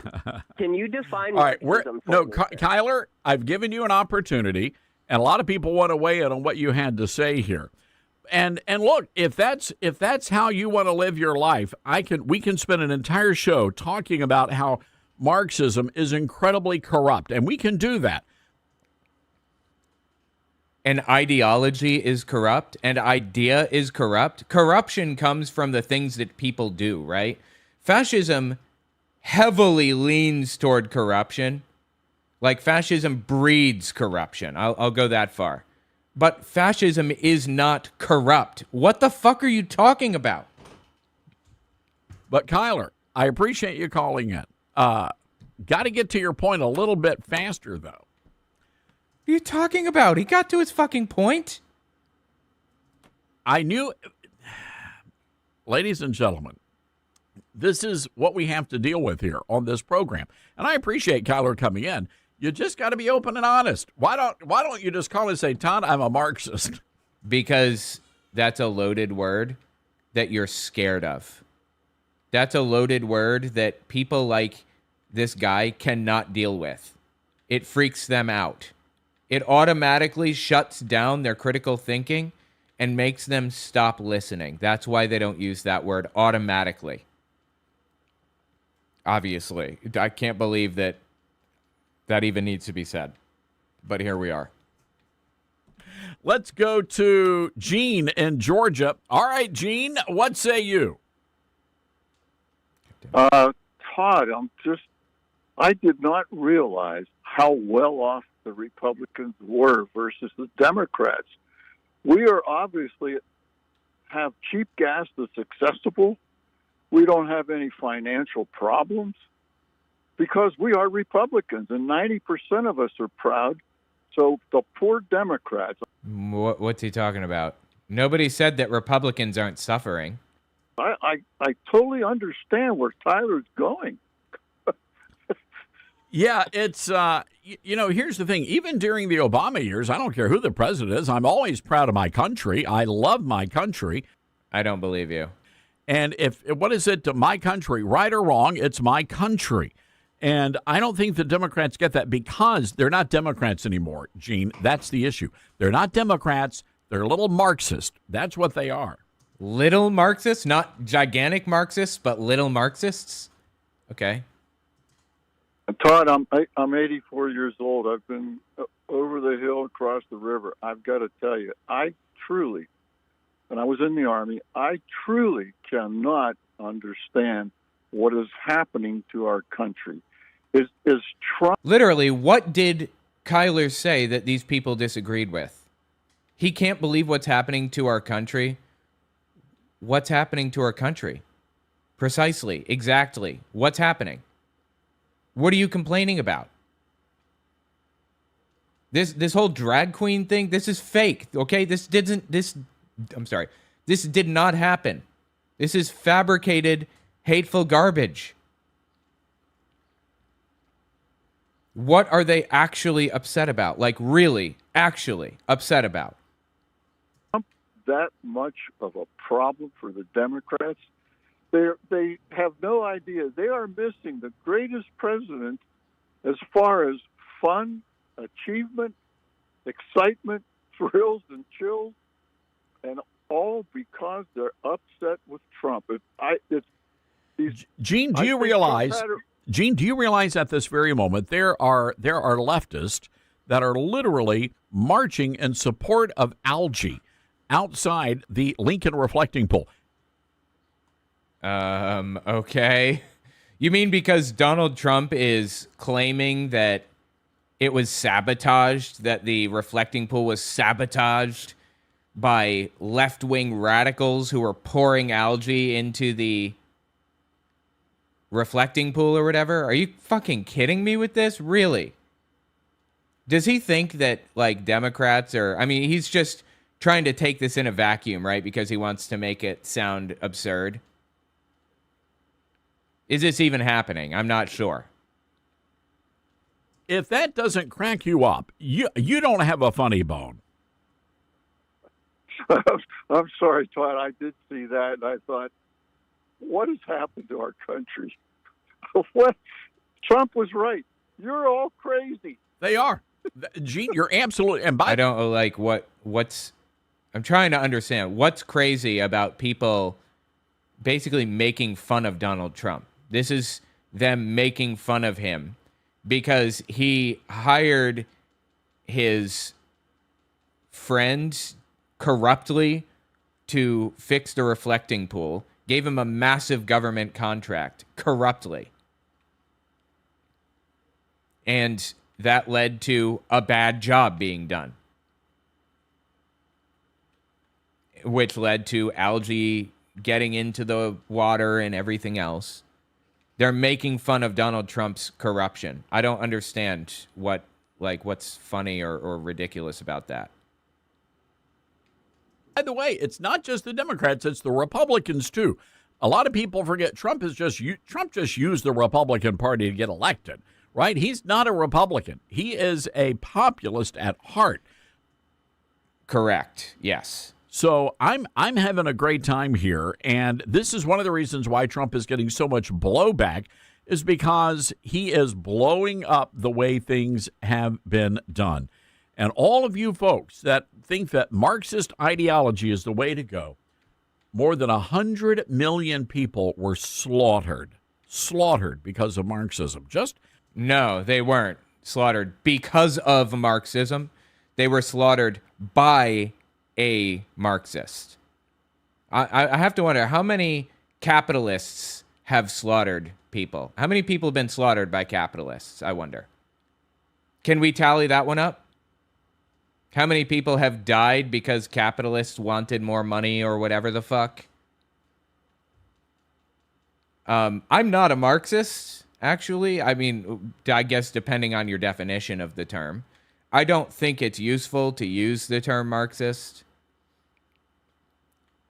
because propagandists like to weaponize the word against people, obviously, as we can clearly see. So I don't think it's wise to use the term, but either way, at least tell the truth about it. At least be accurate about things. Just remember that. All right, we've got to take a break here, folks. 901-260-5926. This is the Todd Starnes Show. You're with Todd. Anyway, Jesus Christ, dude. That was fucking insane. That whole thing was insane. Tell me what you think about it in the comments. This is actually really interesting.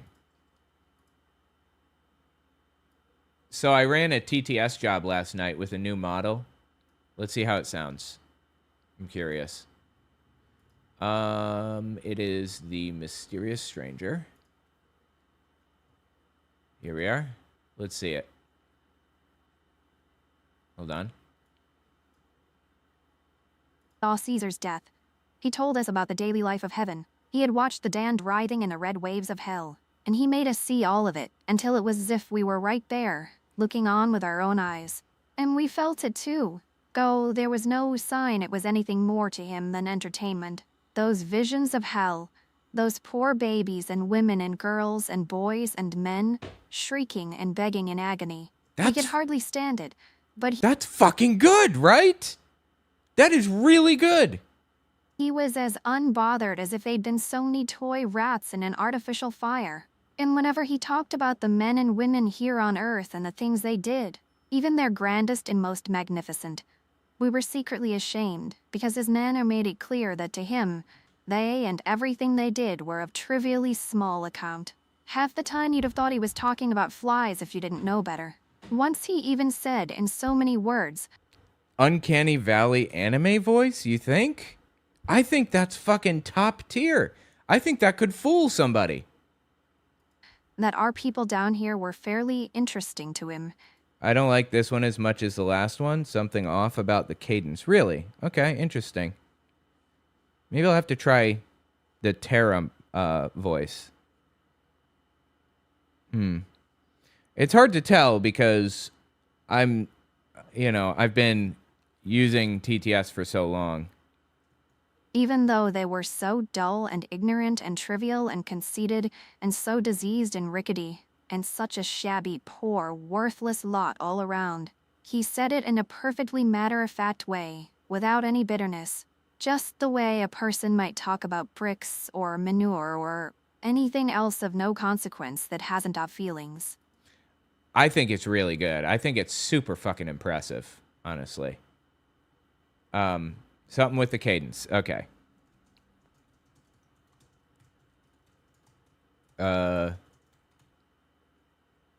Hang on.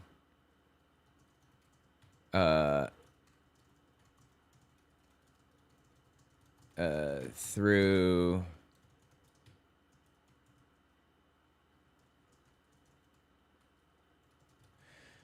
here sounds, yeah. Okay.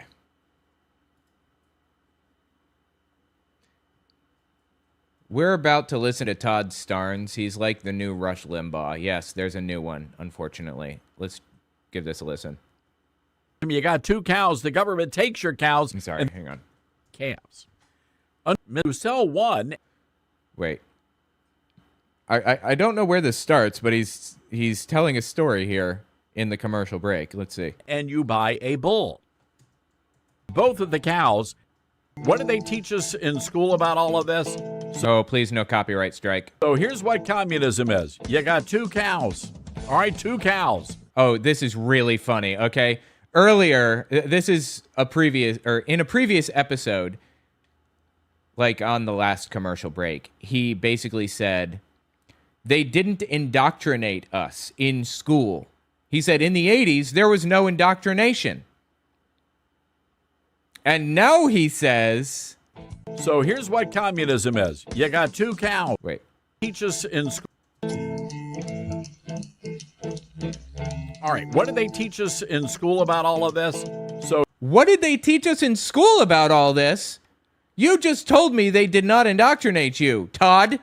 What happened? Were you lying then or are you lying now? Here's what communism is. You got 2 cows. All right, 2 cows. The government takes both of the cows. Yeah, how dare he? That was LaGrange. Is nothing sacred? No, nothing is sacred to this dude. That's a great song. I agree. My dad used to listen to that shit all the time. And that gives you some of the milk. Now, in socialism, you got 2 cows. The government takes 1 cow and gives it to your neighbor. No.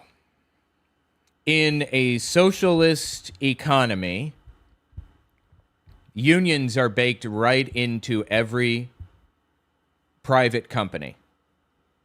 In a socialist system, a person starts a company and they can act as its CEO or president, or they can be on its board or whatever. But at the end of the day, the workers in the company vote on who the president is. You know, the managers vote on their managers, and they vote on their managers all the way up the line. In a socialist system, people would own shares in the company that they work at. Like, everybody would own a share, and if the company does well, then the workers do well. That's what socialism actually is. Communism, what you're probably talking about, is where everybody does a job and all the money goes into one central pot and it's distributed evenly. Or there is no money, really, but all the resources are distributed equally. A classless, moneyless society. That's not what socialism is. They're very different from each other. But okay. Under capitalism, you got 2 cows. You sell 1 and you buy a bull. And if you miss biology class, that means you get more little baby cows, calves. Okay. Under fascism, you have 2 cows. The government takes both cows and sells you the milk. And under Nazism, you got 2 cows. The government takes your cows and then shoots you dead. Okay. So are you saying that Nazism is basically communism with more steps? I feel like that's what he's saying, but that's like, none of this is accurate. Like, literally none of this is even close to accurate. This betrays a complete misunderstanding of what this shit is, of any of this. And that's pretty much it. Those are your choices, ladies and gentlemen. No, they're not. In socialism, everybody is guaranteed to have a baseline subsistence level. Just everybody will be able to survive at least. And you can build on top of that and have more if you want. I don't understand why anybody would be opposed to that. What would the problem be with that exactly? And every single time, I love capitalism. It's the only way to go. Yeah, you love capitalism because you've been successful in it. What about the people who have not been successful in it? who literally cannot be successful in it, who are barely surviving, or even those who have died. What about them? You just fuck them, I guess, right? All right, look, we've got to take a break here. Coming up, Wendy Patrick is going to be joining us. A huge update on Major League Baseball. We're going to get to that. Also, during the break, I want you to go to toddstarnes.com. You'll see on the front page a picket fence and an American flag and a headline that says, "Support the Todd Starnes Show." We need your help today, ladies and gentlemen. Okay, moving on. No, I'm not supporting your stupid shit. Really? There's another commercial break? What the fuck is going on this show? He came away from the commercial break to give a commercial break. All right, one more time. Dude, how long is this commercial break? Really? The timer ended and it's still fucking going. Okay.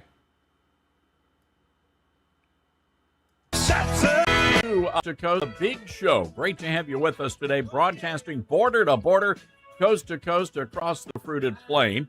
Welcome also to all of our viewers on Facebook and YouTube and Rumble. Great to have all of you joining us today here on the Todd Starnes Radio Show. Coming up in just a little while, Josh Jones is going to join us, our chief political strategist.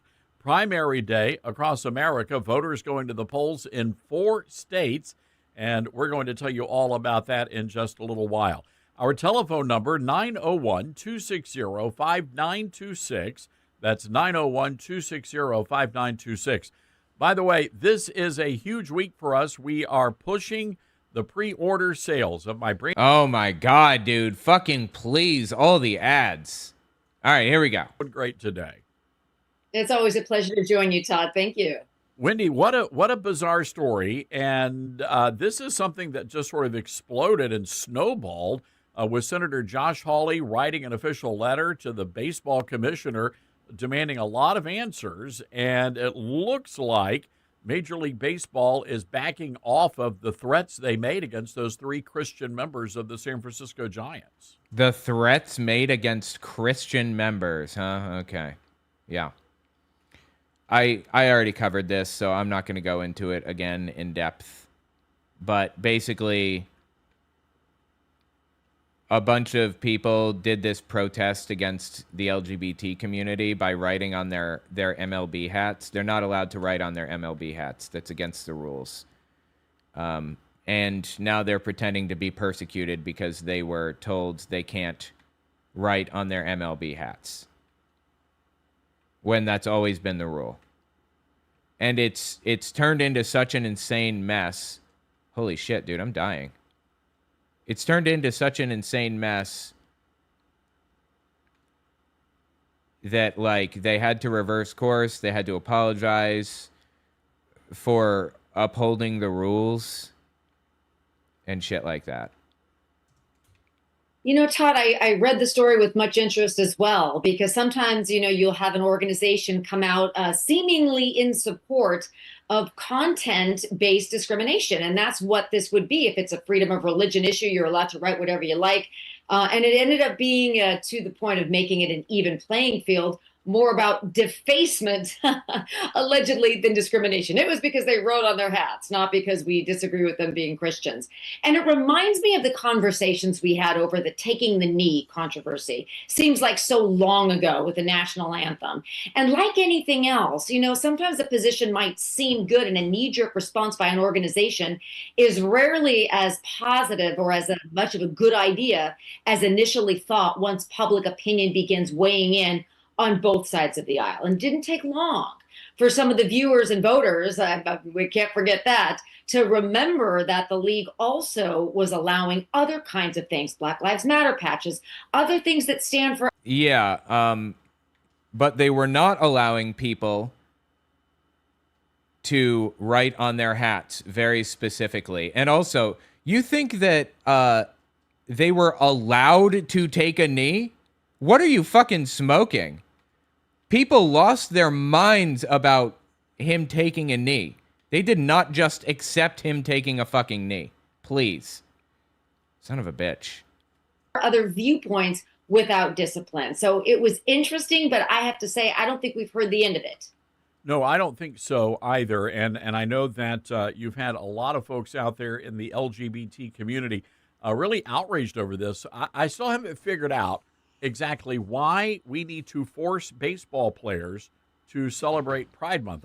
I think this is a manufactured issue. I genuinely haven't heard a word about this from anybody in the LGBT community. Seriously. Not one single person. They found some man on the street interviews where people were giving their opinion on it or whatever. But the only people I've heard talking about this is Republicans. I don't get that. You know, it brings up another issue, and that is an issue of forced speech. You have players that of a variety of faith-based backgrounds, a variety of gender identities and lifestyle choices and everything in between. Demographically, they're very diverse. They're unified because they're great players and they play well together as a team. Why make it a divisive issue? That is one of the issues. Well, it wasn't. Like, they didn't have to wear the hats, and one guy didn't, and nobody gave a fuck. It was when they defaced their hats specifically to get one over on the LGBT community. That was the issue. Because they didn't like gay people. That always arises when you are attempting to force speech. Let everybody believe what they believe, say what they want to say, because that's the law. And it really... Well, they did, obviously. They did allow it. Nobody gave a fuck when the dude just wore a normal hat. Only comes back to what is legally permissible, because if you enforce the law, the rules, the policy, whatever you want to call it, with respect to some groups, but not with respect to others, you're going to have problems. And those problems are never going to go away because God created everybody differently in terms of what people believe and what they choose to believe. And everybody has opinions. And that's one of the reasons controversies like this garner the attention they do, because it's caps at ball games today. It's going to be another form of speech tomorrow. It wasn't caps at ball games. It was official hats worn by the players of the ball game. And it was putting markings on them that they're not allowed to put on them. People are people are allowed to wear whatever the fuck they want to ball games. Obviously. And one common denominator is not only can we not prevent free speech, but you can't force speech, because then it's not free. Right. They didn't. They didn't force anybody to wear those hats. One guy didn't wear the hat. That's a great point. And I think Major League Baseball understands. You know who set the precedent with the compelled speech thing where you cannot compel speech? I mean, what she's saying isn't compelled speech. What she's complaining about here. This was not a case of compelled speech. But you know who set that precedent? Jehovah's Witnesses, believe it or not. With the Barnett case in the 1940s. I knew Gaithy Barnett personally. She went to my Kingdom Hall, believe it or not. And she was really, really old when I went there already. But they were being forced to say the Pledge of Allegiance in schools out of this, you know, this fear of whatever. Basically out of nationalistic extremism. They were forcing them to say the pledge. And Jehovah's Witnesses fought the battle. Should we be forced to say the pledge? The answer is obviously no. Nobody should be forced. They can't be compelled to say anything or do anything. So anyway, Jehovah's Witnesses fought that fight and won. And that's why compelled speech as a concept exists in law today. Said that. In the explanation, I think the baseball commissioner went back several years ago when they actually provided a carve-out specifically for the Dodgers in Los Angeles and the Giants because they happen to have a large LGBT fan base. But everybody else, you're not allowed to force the Christian ball players. Now I think everybody's going to be included in that. Yeah, and carve-outs are dangerous. I'm glad Again, this was not a carve-out. you brought that out, because why are you carving out exceptions for certain groups, certain teams, certain demographics? If you're going to do it in LA, why don't you do it with a team in Boston? And those because they're separate companies that exist. types of things are ripe for extra scrutiny. Now, I don't mean legal scrutiny because obviously that's the same standard for everybody, but I mean public scrutiny. The court of public opinion is a very loud voice, and we know that they're influential because we've seen candidates change their statements, change their views. We've seen organizations, whether it's football, baseball, or any sport in between, we've seen them change their stance as well in support of public opinion or public disfavor. So that's one of the problems. If you're carving out an exception for somebody, you are already on a road to trouble. Why not keep an even playing field for everybody in every location? Okay, that's what's happening. What are you fucking smoking? What's this say? Major League Baseball admits they mistreated Christian players? No. They didn't mistreat Christian players. We have Wendy Patrick with us on our Patriot Mobile Newsmaker line today. Wendy, another story out of California. Scott Wiener, who is going to be the next congressman, barring some sort of a miracle. I'm not sure about that. I'm not even sure who this guy is, but okay, yeah. He's going to be replacing Nancy Pelosi. He came out yesterday, and he's doubling down on all of this, and he's saying that actually gay people own the rainbow flag. Please, dude. He's saying gay people own the rainbow flag and straight people aren't allowed to use it anymore? Is that what you're saying? Please get help. Not Christians. What do you make of that? Well, as a Christian minister, of course, you know I wear that hat as well. It's in the Bible. Whoa, wait a minute now. You're a Christian minister, you say. I was under the impression that God explicitly said women cannot teach. Is that not, did God not say that? Am I mistaken? Did I miss something? Am I the idiot? I mean, some of the arguments I hear are obviously made by people who haven't read the Bible. You can say I've read it and I disagree with the Holy Spirit, God that wrote it, but you can't claim something is not there when it is so easy to read. You know, we live in an age where we have information at our fingertips. I used to say Google, now I'll say AI, or name your browser of choice. But of course, don't use AI as a source. Please don't do that. I'm begging you. Please don't fucking do that. AI is not a source. Of course, it's in the Bible. It's part of the promise God made to Noah after the flood that he would never do it again. Non-Christians understand that and know that. So I think that sometimes people that are running for elected office or people that are already there really have to make sure that the statements they make are vetted so they don't run afoul of such obvious biblical principles. If you Yeah, okay.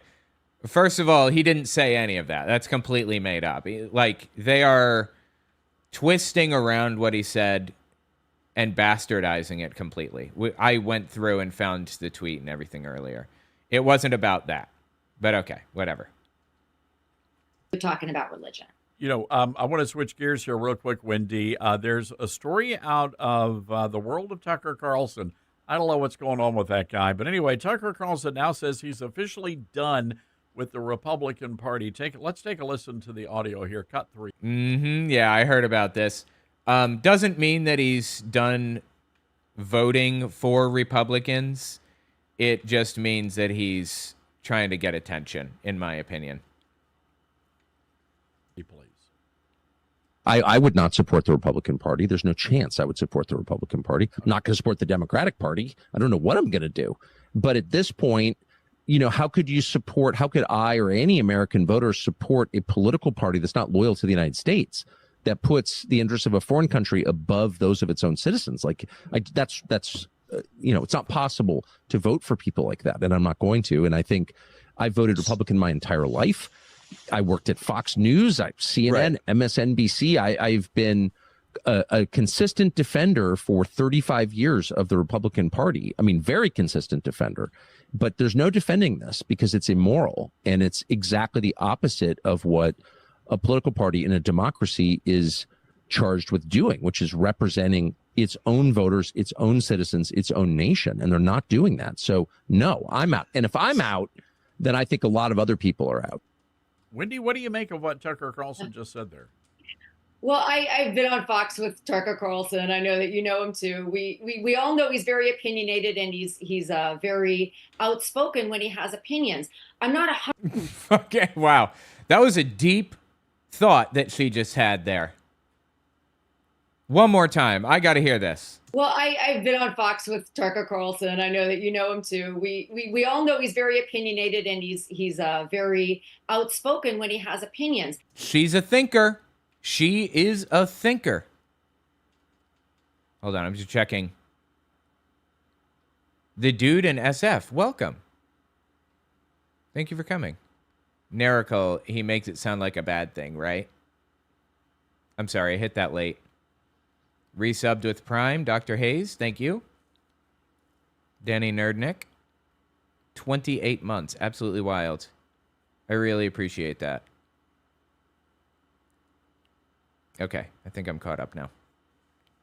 I'm not 100% sure of the back end of the rationale that he's proclaiming. You know, as a lifetime prosecutor, trial attorney, I would love to know a little bit more about the foundations of his denouncement of the Republican Party and believing that others have as well. I understand he's against the war. He's made that very clear, and I understand what he thinks about some of the decisions. That's largely what it is. He's against the war, and he thinks Israel is, well, he correctly thinks that Israel has more control over the United States than it should, basically.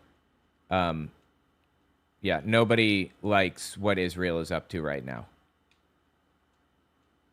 Well, a lot of people don't, I guess.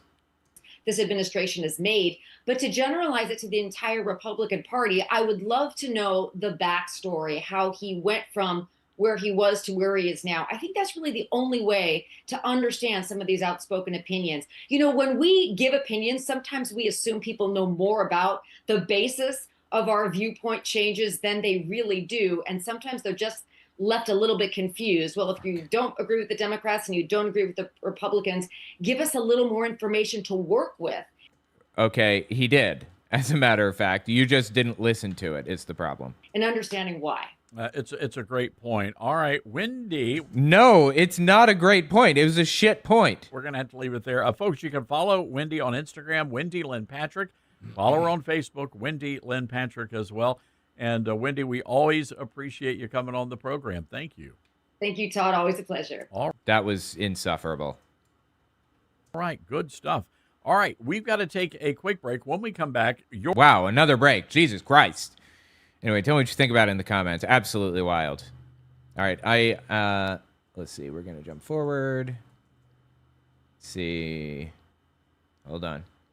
Does he actually end the break here? Sources to help you by phone number 901. This is the this segment of our telephone number back at 12. All right, here we go. 60-5926. That's 901-260-5926. By the way, this segment of the program brought to you by our friend. Oh my God, more ads? We're not paid. Compares exactly going to read. Maybe you are real sale in your mind today. Be sure to tell them Todd Starnes sent you over. All right, let's go to Salem, Oregon. Ron, listening to us on KYKN. Ron, what's on your mind today? I'm telling you right now, you might as well go ahead and play Don't Call Me Brother right now from the OJs. But make a long story short, to hear Tyler. What? What did he say? One more time? Let's go to Salem, Oregon. Ron, listening to us on KYKN. Ron, what's on your mind today? I'm telling you right now, you might as well go ahead and play Don't Call Goyim don't play? Me Brother right now. Don't call me brother right now. From the OJs, but make a long... From the old day? I don't understand what's happening right now. Story short, to hear Tyler, he seems intellectual, but what's happened, he's been indoctrinated with Caesar defeatism. The Republic, and for him not say he's not voting for Democrat, Republican, and everything else, that's what the Marxists want. They want sheep for the slaughter. And in the process... Why the fuck would anybody want, quote-unquote, sheep for the slaughter? Why the fuck would somebody be trying to kill other people just for the sake of it?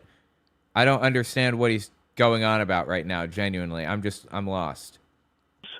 In my state especially, my candidates, instead of sitting out there, my governor and Senate candidates sitting out there, and I'm watching it nationally with the RNC, they're not going through showing the evidence, just like writing a composition, introduction, a body. Okay, I think we've finally found somebody who actually needs, like, genuine mental help.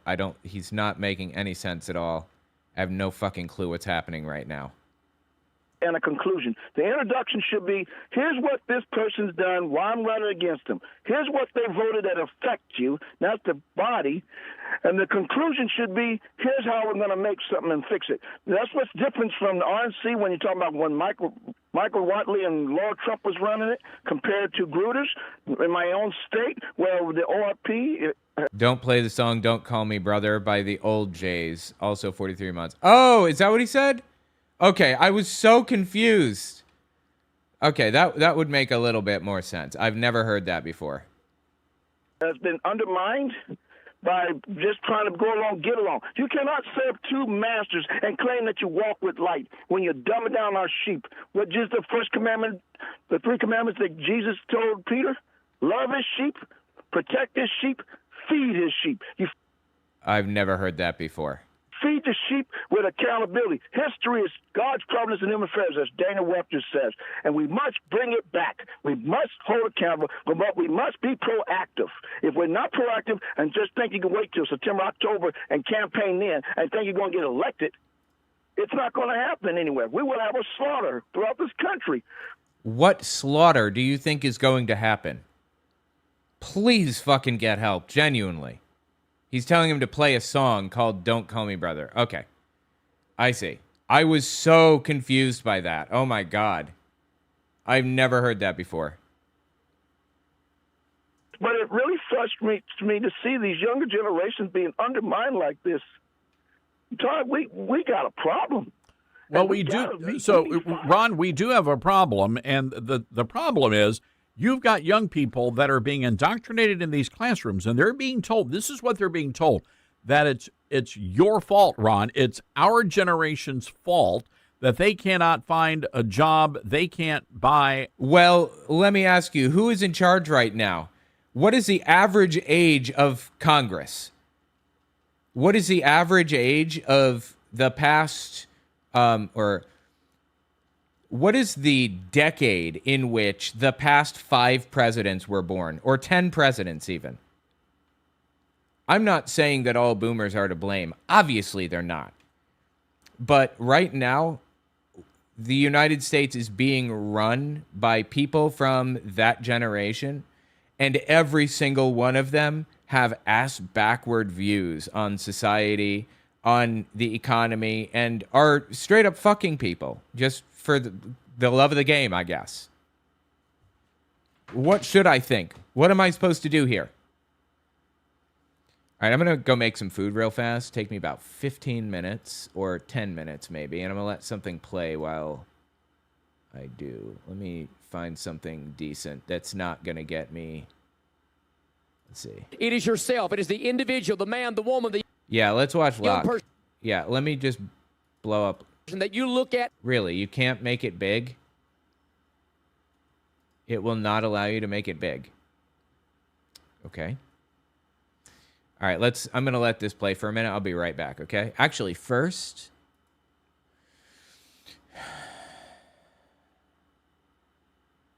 let's see how this sounds. This is a new render with a different audio thing.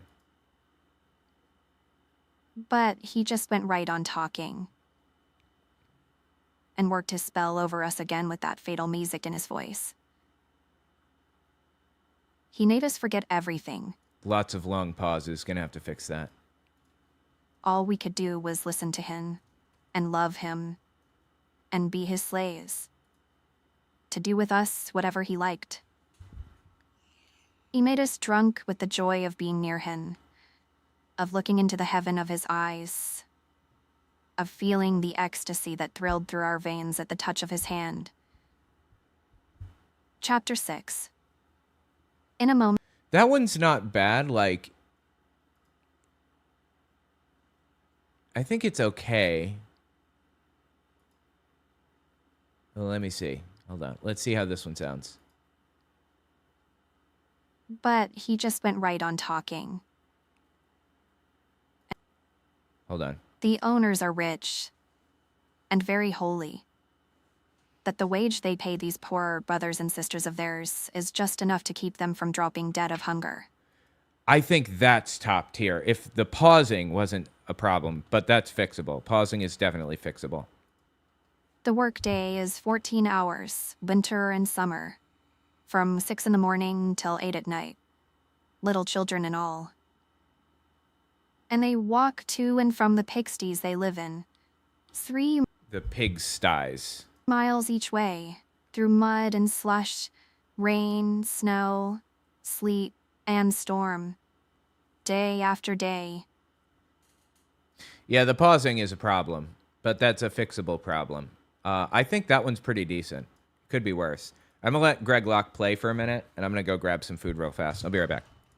In the mirror, you have the ability and the authority to take God at his word, and because God is a gentleman, he will never break his word. So why is it we believe God can save us from hell by faith, but we don't believe God can put our home back together and pay our bills by faith?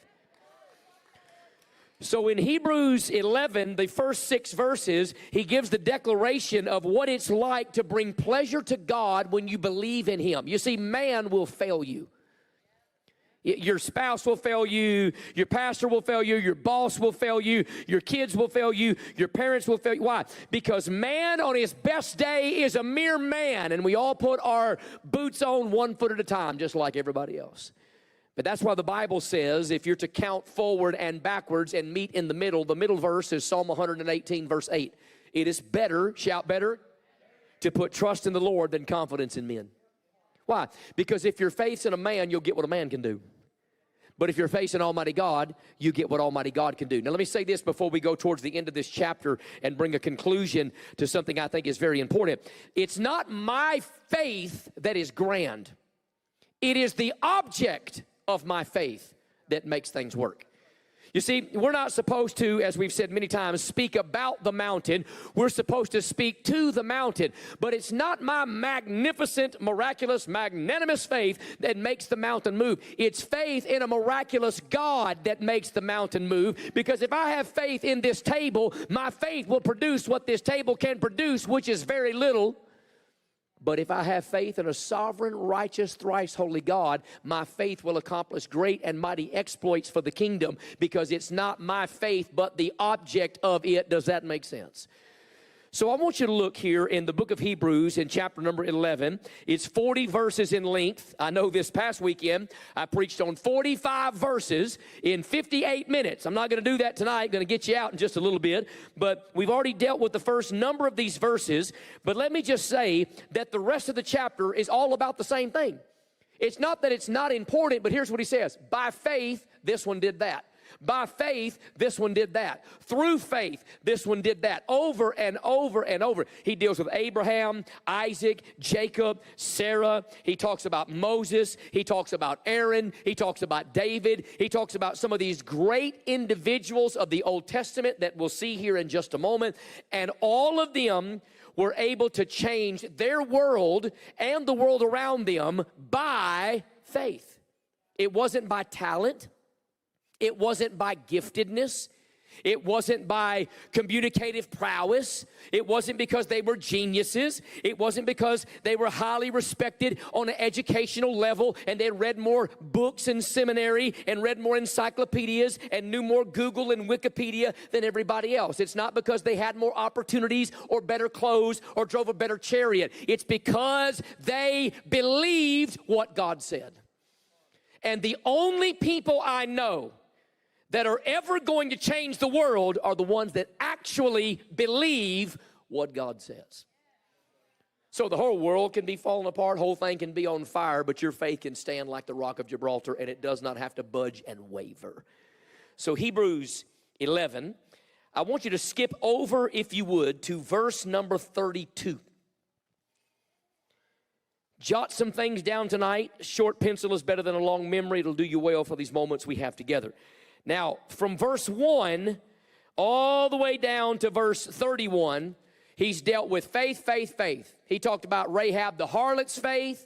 He talked about all the great patriarchs of the Old Testament. I mean, really, the most amazing individuals with supersized, supernatural influence. Joseph, all the rest of them. Faith, faith, faith, faith. Are you getting it? Say, get it. Okay, it's all about that one thing. But watch what happens now in this transition, verse 32. And what shall I say more?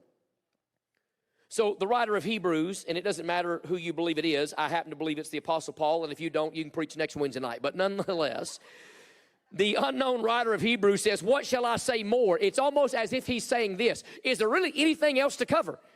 He said, I've already told you about Abraham, Isaac, and Jacob, and Joseph, and all the greats. Is there anything more? He says, what shall I say more? Verse 32, for the time would fail me.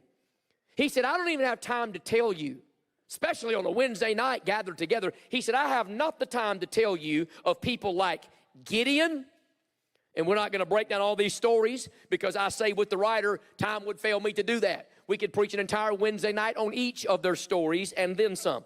He says, but someone else of faith, Gideon, and of Barak, that's not Obama, and of Samson. Think about that, Samson. I mean, we know that he didn't end so hot. My grandfather used to say, it's not how you start, it's how you finish that makes the difference for the kingdom, right? And so here's this guy, yeah, he had some real lust trouble, he had some real problems, but you know the Bible says multiple times, and the Spirit of the Lord came mightily upon him, and the Spirit of the Lord came mightily upon him. There was a time that God's power was flowing through this man. He had such faith in God, he took the jawbone of a politician, I mean a donkey, and he slew 1,000 people. 3 of you got that. I saw you smile, amen. But nonetheless, by faith, he literally took the jawbone of an animal and slew 1,000 people. Somebody says, well, you know, you're foolish to believe that. You're foolish not to. This ain't a Marvel comic book. This is the word of Almighty God. If the Bible would have said he would have killed 1,000 pink elephants with a butcher knife or with a razor blade or with a butter knife, I would have believed it because it's what the Bible says. He killed 1,000 men, military-trained assassins, with the jawbone of a donkey. He tore a lion apart with his hands, and a week later made a riddle out of it. He picked up the entire gates, not the hinges, not the doorknobs, the gates of a whole city, put him on his shoulders, and carried him to the top of a mountain. The Bible even says he went out and caught 300 foxes and tied their tails together. Now, look, I'm not much of a hunter, and I got some land, but I don't like to hunt. Now, Pastor Jesse and Pastor Ricky and my boys and other people, they like to come out and they like to hunt. I like guns, bang, bang, but I don't like to hunt because the one and only time in almost 50 years of my existence I ever went deer hunting, I dressed up like G.I. Joe, 3:30 in the morning. I set out in this little, they call it a deer stand, but it was just a bucket up against a tree is all it was. And it was freezing cold outside, paint all over my face. I had 16 layers of clothes. I sat there and they said, now don't move. Now listen, I wouldn't have a ministry without ADHD. I gotta move. I'm trying not to shuffle. I'm trying not to look at my phone. I'm hearing stuff, you know, crackling behind me. And I'm like, holy smokes, I'm out here deer hunting and every serial killer from every horror movie on the planet is out here watching me. And I saw nothing until I got back to the truck, took all my regalia off, threw the gun in the front seat, and there he comes. Bloop, bloop, bloop, bloop. And that was my hunting experience, and I care nothing about it ever again. Can I get a witness? But this man caught 300 foxes by the tail, put a torch between each of those knots, and sent them into the cornfields of the Philistines and burned them slap to the ground. By the way, that's the first time in the Bible you'll read about tail lights. Amen and amen. But nonetheless, this guy had massive faith in God and did things that we're still talking about. So this is why the writer says, I don't even have time to tell you all the stories. But notice, watch this, he keeps building his repertoire of these great people. And of Jephthah, remember him? Jephthah was the guy that made the oath, the next person that walks through the door, I'll sacrifice him unto the Lord because of the great victory that he gave me against God's enemies. And his daughter walked through. That'd been a tough deal of faith right there, huh? Faith's not always easy. And David also, and of Samuel, and of the prophets, meaning all of them, minor and major, who, watch this, through faith.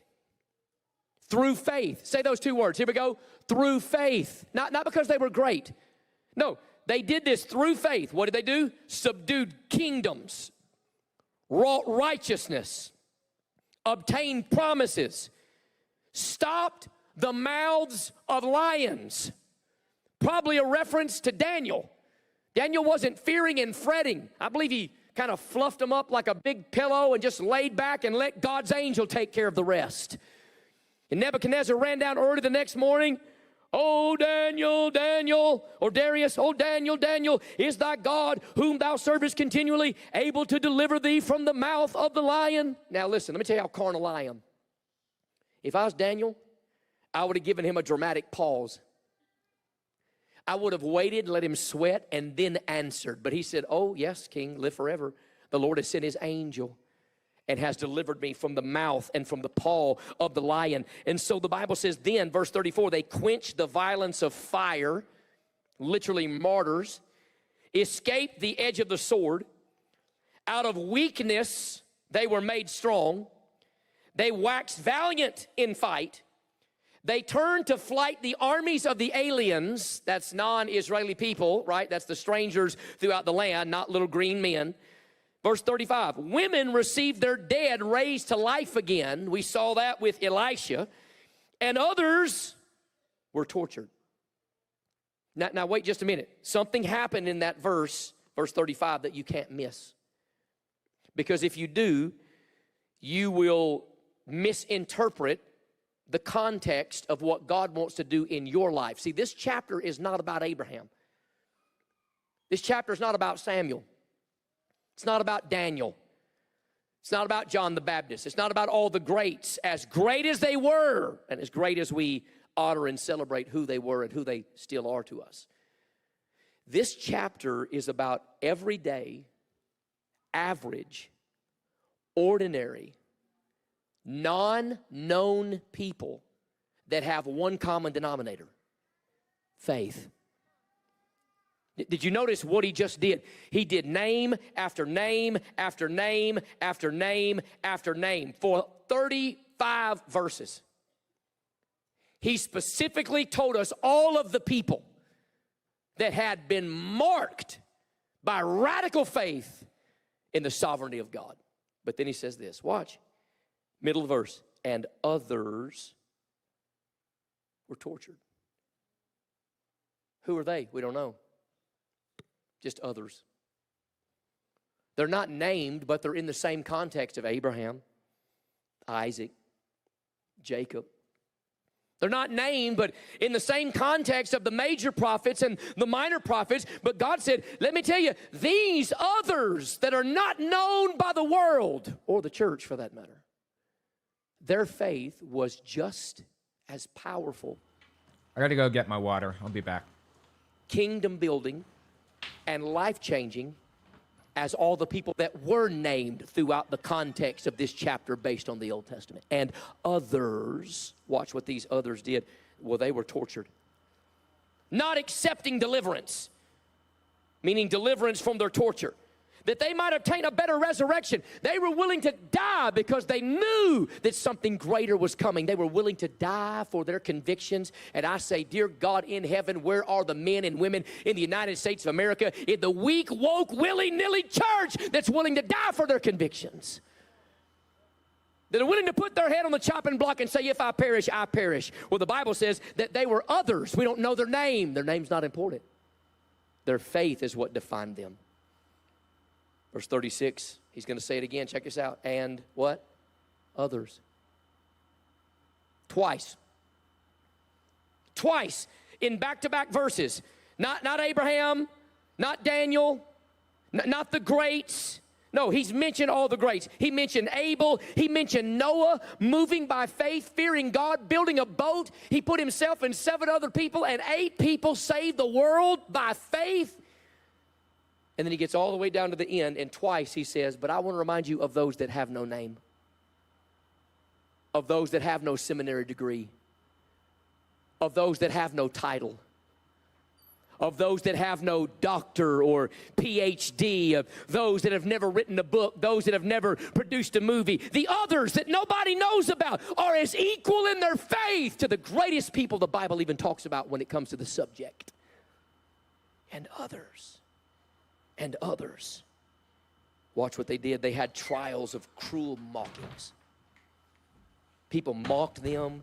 People laughed at them. People criticized them. and scourgings, literally beat with whips, belts, yea, moreover, of bonds and imprisonment. Todd Starnes is actually pretty interesting. Let's continue with him. A house, a starter home. And I think you need just to be able to afford a median price starter home, you've got to have about $80,000. That's how much. 80,000? You think a starter home is 80,000? Oh boy, you are in for a rude awakening, sir. No, we're talking 200,000, 300,000, 400,000 for a very basic starter home. But you need to be making a year to be able to afford a starter home. Now, I suspect, Ron, there are a lot of different factors involved here. Oh, he said how much you have to be making a year to afford one. No. Not even close. Not even a little bit. No. You have to make significantly more than that to afford a home here. And the reality is that it is a tough economy right now. No doubt about that. But you also have to be asking yourself some pretty hardcore questions. I think it was the Shark. Who's the guy on the Shark Tank? Bald dude. I know. You know who I'm talking about. Kevin O'Leary? Is that it? Anyway, he was Mr. Wonderful. Mr. Wonderful. Thank you, Mr. Shark. Mr. Wonderful. Yes, Mr. Wonderful is saying, hey, look, if you're making $70,000 a year, you don't need to be going out for lunch. You need to be packing a sandwich. So I'm wondering how many people are just living so far beyond their means, that they. All right. Let me lay this one on you. It doesn't matter if we pack a sandwich. That's not going to fundamentally change our situation. Packing a sandwich is going to save exactly how much money per month. Even worst case, it might save maybe $6,000 a year in going out to eat. But guess what? We should be able to live our lives and enjoy our lives. We shouldn't have to struggle so hard that we literally can't go out to eat for lunch on our lunch break at work. It shouldn't be like that. Everybody should have a bare minimum level of quality of life. And almost nobody has that at this point. Almost nobody. People going out to eat for lunch is literally a rounding error in some of the richest Americans' bank account. In the guy's bank account who owns that company, it's a rounding error. He would not suffer from paying his employees a little bit more. And the fact that you are blaming it on the employee and not the employer is fucking vile. They want to be able to buy the house that their parents have. When in many cases, the parents that was not their first home. The more money they made, they moved into a larger home. Nonsense. My grandmother in 1964 purchased a house with her husband who worked at the railroad, and she was a stay-at-home mom. He was a machinist for CSX in West Virginia. He was a union man. And they bought their first home in 1964 for $23,000. $23,000, which at the time roughly added up to the equivalent of about $80,000 today, I believe. It's been a while since I looked at the price conversions or whatever. But the point is, things were different then. People could actually afford things then. They lived a good life back then on one income. And that's how it should be. That's how it can be. People can live off of one income. in the United States. Capitalists in power have chosen to go a different route, to make people suffer. Not only make it so we need 2-income households, require 2-income households, but make it so that you can't even afford shit then. I wonder as a whole if the country is living far beyond its means. Yeah, no fucking shit. Why do you think that is? Why is the country living far beyond its means? Because the means are too expensive. Because people can't survive in this world.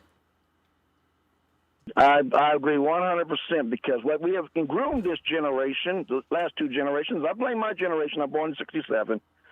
Well, I learned when I grew up 40 years ago, 1 month and 3 days ago in my foster home in Fontana, California, no cow is to be given. You got to earn. You got to earn. Have a job. You got to put the effort. Hey, dipshit. You think people aren't working their nuts off right now? You think that's not happening? You think people are sitting on their ass and expecting a home to be given to them?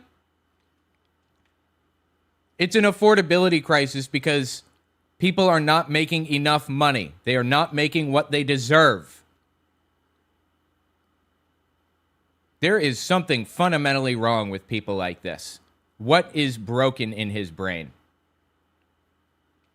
I learned how to tuck shekels away and listen to the world. To tuck shekels away.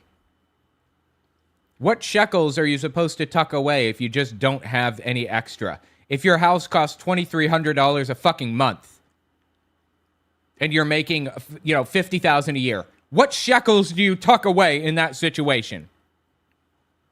World War II generation, they had apartments and everything. They had to earn it. They act like they didn't have nothing. We're not teaching fiscal responsibility in 5th grade to junior high school. They don't teach fiscal accountability, household things till in high schools, and just a blurb by dumbing down through the school system, by the parents just going along because they've got to work 2 jobs, 1 jobs, both parents working, and this is premeditated Great Society garbage that LBJ set up. What? LBJ something? What the fuck is he talking about exactly? Buy the household by having the mother of the kids have 9% of the custody.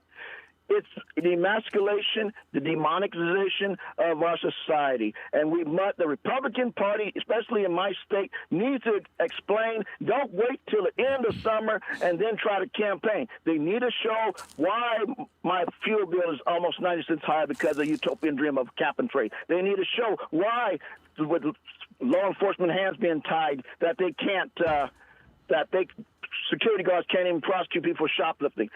What? What fucking nonsense is he going on about right now? Security guards can't prosecute people for shoplifting? What are you smoking? And enabling the homeless because it becomes a NGO money-grubbing Great Society garbage. Well, let me jump in here. All right, yeah, I got it, Ron, but hear me on this. There are young people on there. Ron, thank you for the call.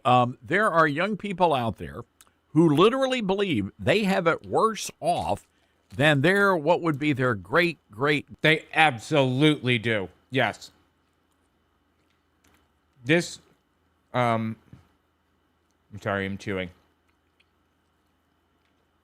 Millennials and everybody under them have it worse, beyond a shadow of a doubt, than the boomers did.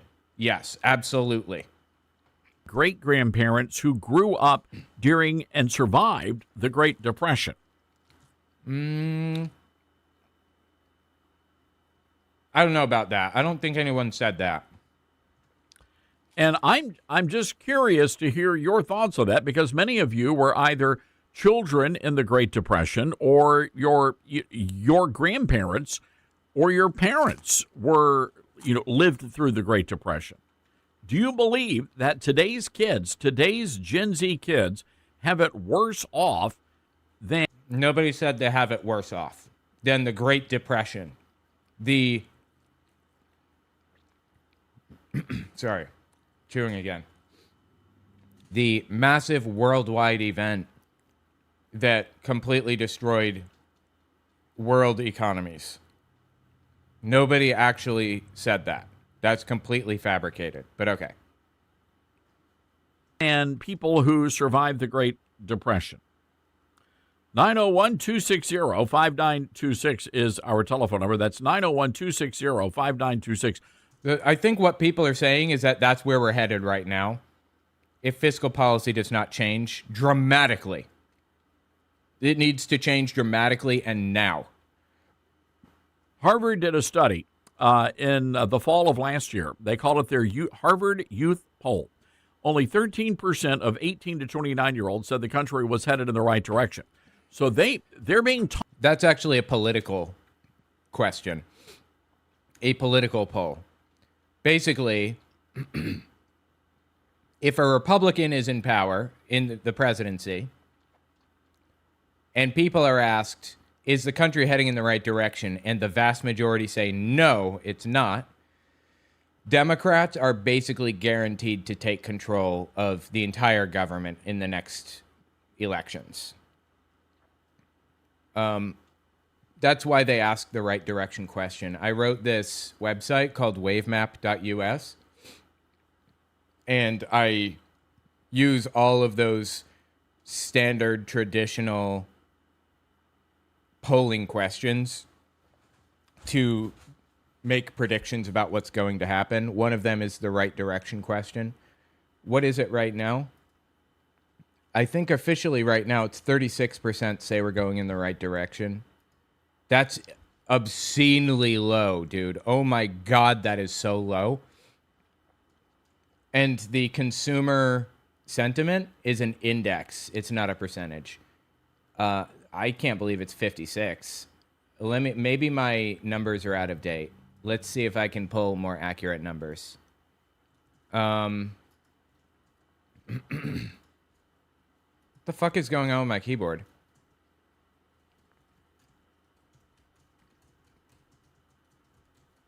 Let's see here. Yeah. Let's see if I can get more up-to-date info on this. Give me just a second here.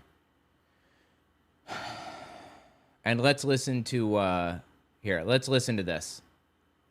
But he just went right on talking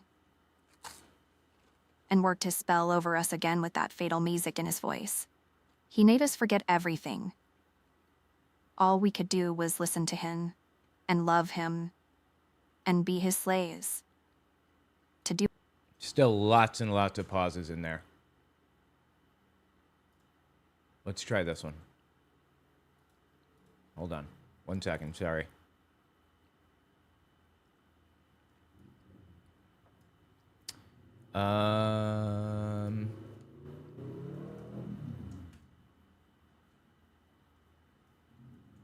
Just a second.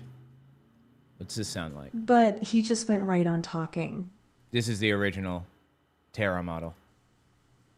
And worked his spell over us again with that fatal music in his voice. I definitely like the second one, or the first one, I mean. This one? But he just went right on talking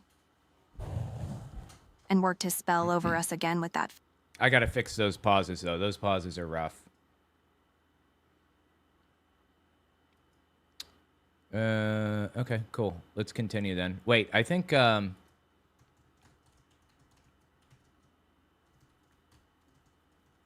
through...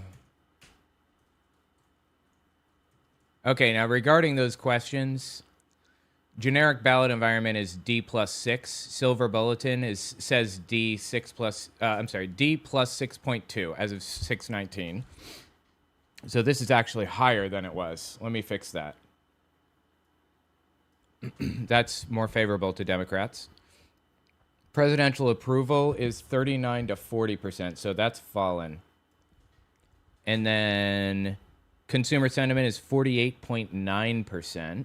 I'm sorry, not percent, 48.9. That's the lowest it's ever been since it was tracked in human history. Right direction is 28 to 34.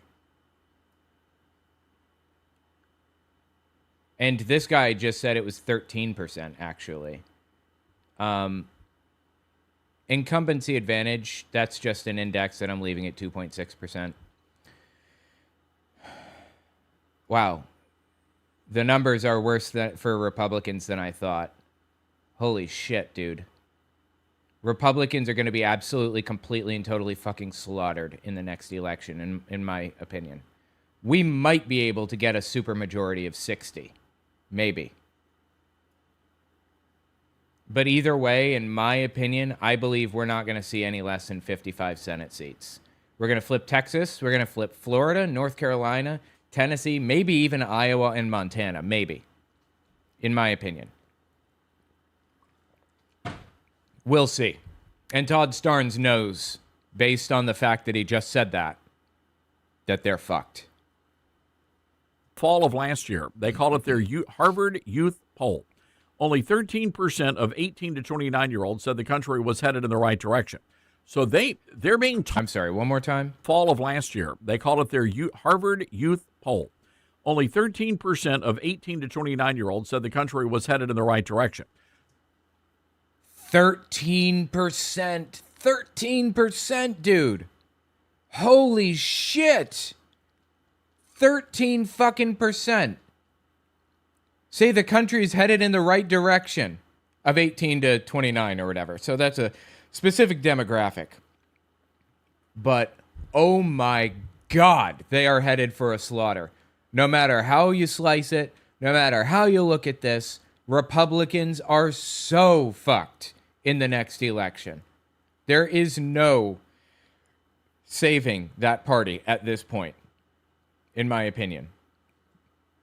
So they're being taught that you, middle class, upper middle class America, that you are hoarding the wealth. Oh yeah, it's indoctrination's fault. It's not the fact that they can't find fucking jobs, that they can't afford a house, that they literally live in a 150 square foot apartment with their roommate because they can't afford more than that. It's not that, you see. That's not the issue. That's not what's causing the problems. It's indoctrination, absolutely. Everything is super great, right? Trump just said his poll numbers were great. No, they are not. And they deserve it. They want what you work for, but they don't want to work for it. 901. Like these people aren't working? Are you fucking kidding me? People work their hands to the fucking bone in this country. And for you to say they're not working for it is a fucking insult. Disgusting. 260-5926, our number. That's 901-260-5926. This is the Todd Starnes Show.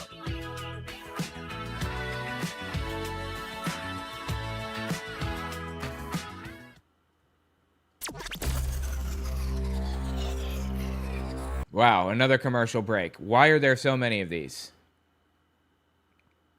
That's wild. All right, wait, it's still going. Okay, there we go. Was he out on a smoke break or some shit? Welcome back. This is the Todd Starnes Radio Show. Let's go to the phone lines. Westminster, South Carolina. Jan is on the line. Hi, Jan. What's on your mind today? Hi, yes, sir. It's good to talk to you. I was just going to tell you a couple little stories about my parents who were born in 1917 and 1918, and they're depressed. Jesus Christ. Born in 1917 and 1918. That's a rough time to be alive. You got a couple of world wars ahead of you. Era experience. Well, I guess the First World War ended in 1918. I always confuse them. I think 1918. November. Experiences. My mom and dad were born in Winston and Walker County in North Alabama. Grew up on small farms, and they remember picking cotton they did it in 10-foot long cotton sacks. And at the end of the row, they would have watermelon vines planted so they could sit down and have something refreshing. But that 10-foot long... Wow, that doesn't sound too bad, actually. You know, a good job that takes labor, but you get paid for it, right? Are you complaining about having to earn your living? on cotton sacks slung across their shoulders brought 10 cents. My Aunt Helen, who was born in 1929, remembers that when the government would come to the area, and that's what she said, when the government men would come, they would hide their sacks of flour and sugar up in the rafters of the barn so they wouldn't be confiscated. Okay. I mean, are you talking about taxes? I don't understand what she's talking about right now. So, no, I don't think the Gen X generation has it worse than what our folks did. No, it's interesting when you look at Gen Z, and I think they greatly overstate their anxiety. The reality is, home prices are very high right now. No doubt about that. I think the average starter home, well over $200,000. And if you're making, $75,000 a year, well, you're going to have a hard time. You're going to have a hard time covering that nut. Yes, especially, okay, I've never heard anybody call it nut until South Park, and now I'm hearing it everywhere. Especially when healthcare costs thousands of dollars. You know what I was paying for healthcare, for health insurance in New York City? $3,500 a month. Do you know what I'm paying in Pennsylvania? maybe $1,600 a month. Of course, it's covered by my wife's job at American Atheists, but that's what it costs. That shit is insane. How the fuck that's multiple house payments. How are people supposed to survive when they're paying that shit? Genuinely, what the fuck? And this dude is like, yeah, I don't know how they can afford to get a house for $200,000. That's not even the fucking problem, okay? The house isn't even the problem. Health insurance is the problem. And what happens when you get sick and you can't fucking work? What happens then? Now, I will say this. I know when my dad, we went through the oil, the energy crisis back in the 70s and 80s. And my dad's job depended on that. And so Dad had to go out and get a second job to make ends meet. So sometimes you just have to suck it up. You think that's not happening? You think people aren't doing that shit? How many fucking jobs do you think the average person has? Literally, if it were possible to survive, people would be. It's an affordability crisis because the world is fucking unaffordable. You think people are just too lazy? You think that's the issue? Really? Up, Jan, and you got to do what you got to do to make ends meet. That's right. When my husband and I were at house buying age and time, the interest rates were 17% under Jimmy Carter. So there was. Okay, first of all, I'm not sure I fully believe that. But second, yeah, there were some weird inflation issues back then. So I guess it's not completely unbelievable that might have been the case. Maybe. I can see that, I suppose. Was it long term? And what else was high? Could you afford milk, bread, and eggs? Are you literally trying to say that you had it worse than people have it right now? Trust me, you didn't. You did not have it worse in the 70s than people do now. There's no house in our future, and we just did what we had to do. And if you don't have that mentality, you never get anywhere. They're blaming kids these days for not working harder. This is fucking so infuriating, genuinely. Fair point, Jan. It's a fair point. And yes, times are tough for kids. And, again, when you take a look at how we structure our families and our lives, there are some cultures, and they just don't get why everybody leaves home at like 18 or 19 years old, or why grandma and grandpa are living in a home. It's there used to be a time in this country when multiple generations lived under the same roof. Is that really what you want? Is that really how you want America to function? I actually heavily researched this in my studies into Germany in the 1930s to understand basically, well, not just the 30s, but in 1923, there was a massive economic crisis in Germany where the German mark was worth about 4 marks per dollar. It was worth a quarter. And per US dollar, I mean. And with a little bit of time, 1 month it went up. It went from 4 marks per dollar to 8 marks per dollar. It doubled in how expensive it was to buy a dollar. Suddenly, the employee making $30,000 a year is making $15,000 a year, right? From 4 to 8. That is insane in Germany. In 1923. And then it went from 8 to 11. And from 11 to 100. And from 100 to 1 million.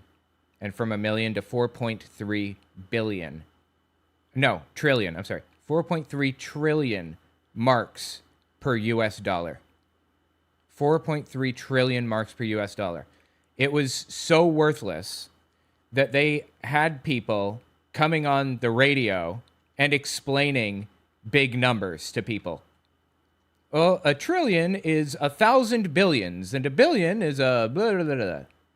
That's how bad it was. It was fucking bad in Germany, right? So I wanted to understand, how did people survive that? Girls were literally prostituting themselves for a stick of butter. The answer is they doubled up. They stayed in the same home. That's what people do in massive, intense, serious economic crises. When there is no money, there is no food, there is no nothing, people double and triple up. They start living together. Children live with parents who live with grandparents. That's how they survive. That's how everybody survives. They pool their resources in their local community. Now, Todd, do you really want to live in that world? Is that something you're advocating for right now? It sounds like it. Are you saying that that's what we should be doing? Really? Do you think that's the world we want to live in? Because that's where Trump is taking us. You're admitting it here. That's what you are saying. These people are like literally willing to ride this into the pits of hell. They are ready to burn this shit to the fucking ground and blame lazy people for it. Whoop, sorry. Okay, I updated this so that the correct numbers are reflected. Let's reset all. There we are. Yeah. We're good now. Nope. That's not right. These numbers are not correct. Where did I pull these from? Real Clear Politics has different numbers. Interesting. All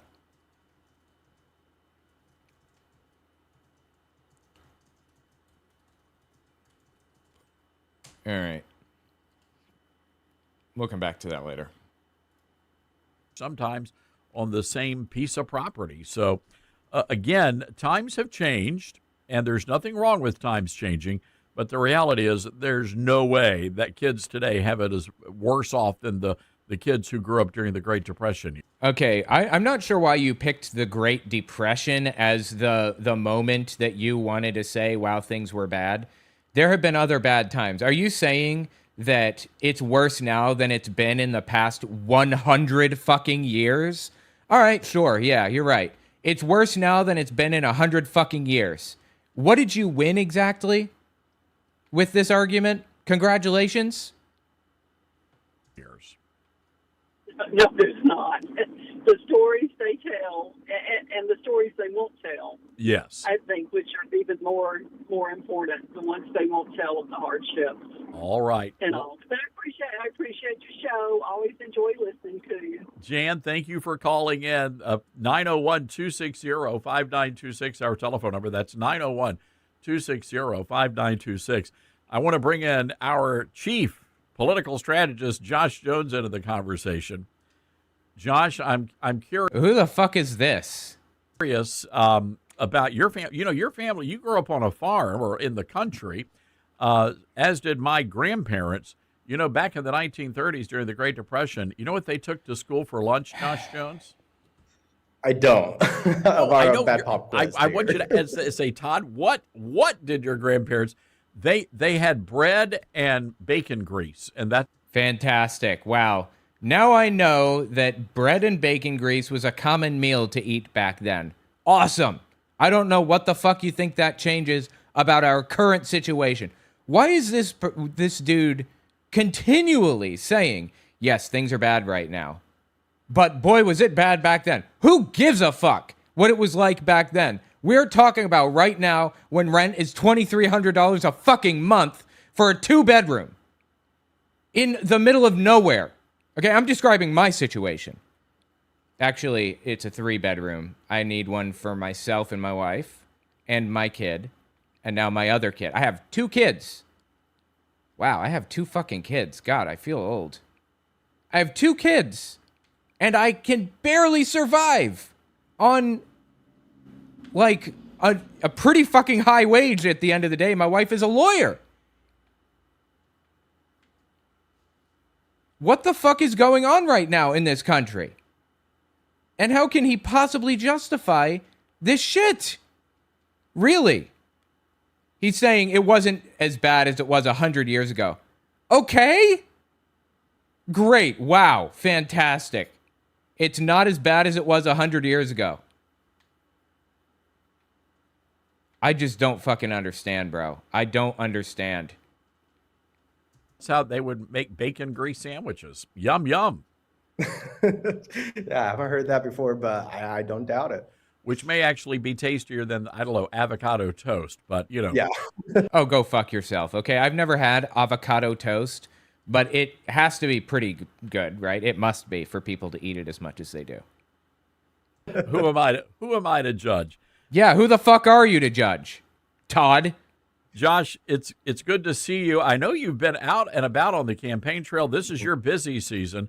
And today we are looking at Decision Day in America. 4 states holding primaries, one of them actually holding a runoff. That's South Carolina.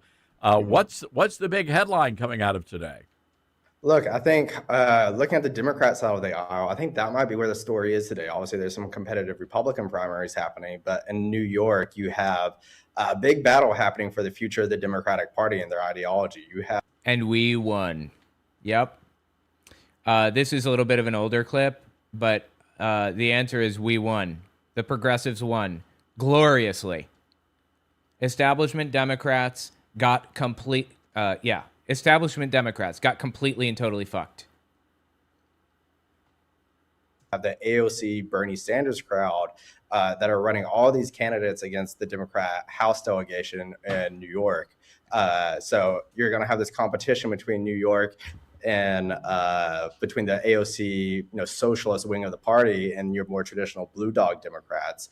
So I think that's going to be a real bellwether. We've already seen, in LA and then also New York with these mayor races. I'm sorry, one more time.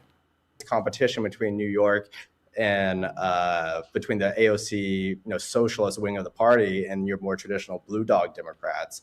So I think that's going to be a real bellwether. We've already seen, in LA and then also New York with these mayor races, Democrats are turning to the left. So yes, that is correct. And Mom Donnie's wing of the party, AOC's wing of the party, won gloriously. When you look at New York, I'm fascinated by this because it really is going to tell, I think, the rest of the nation exactly where these Democrats are going to go. And I think they're moving to the left, Josh. I may be misreading the tea leaves here, but that's correct. They did. I think they're going to the left. Yeah, I think you're right. And I think a lot of Americans, whenever, your average voter starts tuning in over the next couple months as we get closer to the actual midterms, if Republicans do their job and message correctly and, get out there on the campaign trail like they should, I think a lot of voters are going to go, wait a second, this is not the Democratic Party of not even just 10 years ago. They've run so far to the left ever since. So far to the left, huh? It's so far left. to think that people want a living wage, to think that people want to be able to afford fucking healthcare and homes in this country, that's so far left. To think that unions are actually a good thing, that's far left now. It's really 2016 after Hillary lost, and then you had Biden come in and be way more progressive than he had been.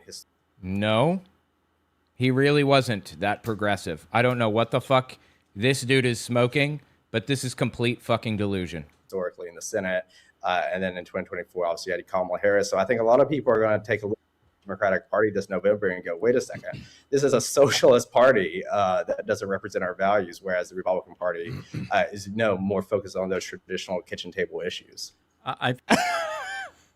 Do you hear this shit? The Republican Party is focused on kitchen table issues. Yeah, kitchen table issues like trans people trying to indoctrinate children and shit, right? 100%. Kitchen table issues, yeah. I think about trans people at the kitchen table all the time. Absolutely. I think there, and on the other side of the aisle, there is an interesting runoff in South Carolina, the gubernatorial race between the lieutenant governor who got the president's endorsement and Alan Wilson, who seems to be picking up every other endorsement in the state, including from our good friend Ralph Norman, who's a member of the House Freedom Caucus. What do you think's going on down there in South Carolina? Yeah, you have an interesting situation in South Carolina. Like you mentioned, the president endorsed the current lieutenant governor who's running for governor. She came in first in the first round of voting back a couple weeks ago. But you've kind of had everybody else in South Carolina rally around the attorney general who's running for the Republican nomination. So look, they're both good Republicans at the end of the day. I think it's going to be interesting. I think, it's another test of the president's endorsement to see where the Republican voters might go. But unfortunately, the test passed in effect. Yes. The voters support Trump. Absolutely. I mean, for better or worse, he still controls the Republican Party, and we have to fight him off. We have to fight it off. The Republican Party is irredeemable at this point. And if I had my way, I would go full transitional justice denazification. I've studied this extensively to understand how denazification worked in Germany post-World War II. And the Republican Party is irredeemable. It's not fixable, and it needs to be disbanded fully. I know that's concerning, disturbing, whatever, to Republicans, but you have lost your fucking right for me to give a shit anymore. You have lost your right for me to give a shit. Literally sending people to concentration camps. I've seen this play out before, and I'm done with it. I'm not going to accept the Republican Party continuing to exist in its current form after what they've done. Look, the state leadership, and as you mentioned, Ralph Norman, Freedom Caucus member, a solid conservative is, on the side of the attorney general here. I think regardless of who you're backing, whoever becomes the nominee out of this primary today is who Republicans have to rally around in November. I think that's what they'll do. Josh Jones joining us on our Patriot Mobile Newsmaker line. Josh. Patriot Mobile. Oh, my God. Okay. Very interesting Senate race out of Texas. James Tallarico, he's like the gift that keeps on giving for Republicans. Now, some newly resurfaced audio where he says he hates Christianity. He did not say he hates Christianity. What he, if they played the rest of the quote, you would have heard him say he hates Christian nationalism. Effectively, he hates the institution of Christianity. Is what he said. And as far as I'm concerned, that's totally fair and respectable as hell. He's a pastor, He has a church. He is not anti-Christian, obviously. Let's take a listen to that, please. Cut 12. Yeah, and that's, I always think of myself as a Christian who hates Christianity, right? And like I always get drawn back into it. Let's find out exactly what he said.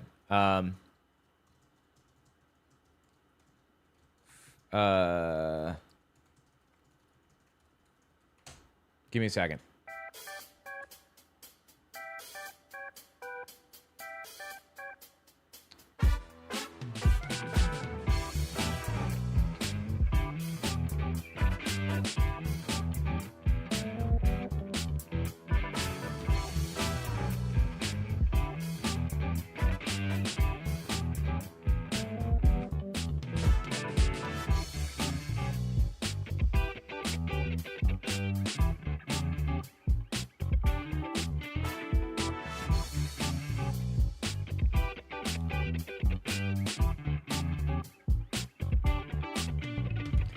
Okay, here's what he said. I always think of myself as a Christian who hates Christianity. I always get drawn back into it because nowhere else, in no other political philosophy and no other economic theory, do I find anything nearly as truly radical or revolutionary as the teachings of that barefoot rabbi.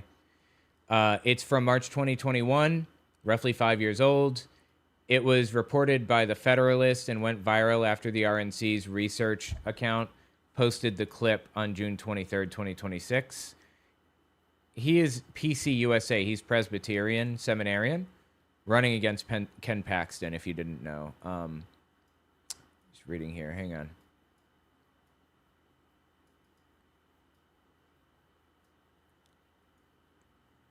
So the barefoot rabbi bit is kind of what makes it clear that it's provocation about institutional Christianity, not an attack on Jesus.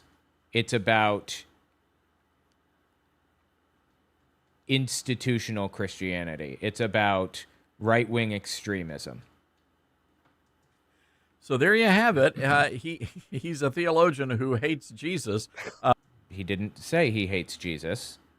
He said he hates the institution of Christianity, the political vehicle of Christianity, obviously. How do you think that plays out there in the deep in the heart of Texas? Yeah, I don't think James Talrico is going to be doing very well in the election in November. I completely disagree. I think that these guys are completely fucked, and they're doing everything that they can to destroy his reputation because they know they're completely fucked. Look, Democrats, every cycle, they think that's when Texas is going to go blue, and they thought James Talrico was okay, we'll see. Doing what they always do, run as this moderate who, is middle of the road and isn't crazy and just a traditional Democrat. And then all this stuff comes out that everybody was already saying from the beginning was going to come out, but all this stuff comes out of him being this radical leftist who's just running like a moderate. That's none of that, but okay. I think, Texas voters are smart. They're not going to fall for this. And, Ken Paxton will easily win in November. Look, here's how crazy this whole story is. Not even Jasmine Crockett. And, she is off the charts insane. She doesn't want to have anything to do with this guy. I don't think she's going to be campaigning for him. But I think the bigger story is black voters in Texas, especially Democrats, are very religious, very conservative. And, Josh, I have to imagine they're going to be turned off by this sort of, I hate Christianity or Jesus was an anarchist kind of stuff. Yeah, I mean, James Talrico is totally off base here and totally insane. And also, too, mind you, it's June. We still have plenty of time between now and November for more stuff to come out. It's all about destroying his reputation, obviously, right? About this guy, and I guarantee it will. So I think Texas... Yeah, they've been doing AI-generated stuff, actually, against Talrico. They created AI-generated clips of him talking. So, yeah, it absolutely will. More stuff will come out because they're going to fabricate it. Voters are already paying attention because they're just seeing how crazy this guy is to get started with. But especially as Republicans ramp up their campaign heading into November, I think Ken Paxton is very easily going to be the next senator from Texas. So, but if you're a Democrat watching, send your money to Texas because you can definitely win. No doubt about that. Here's Tallarico talking about his whiteness and his masculinity. Take a listen.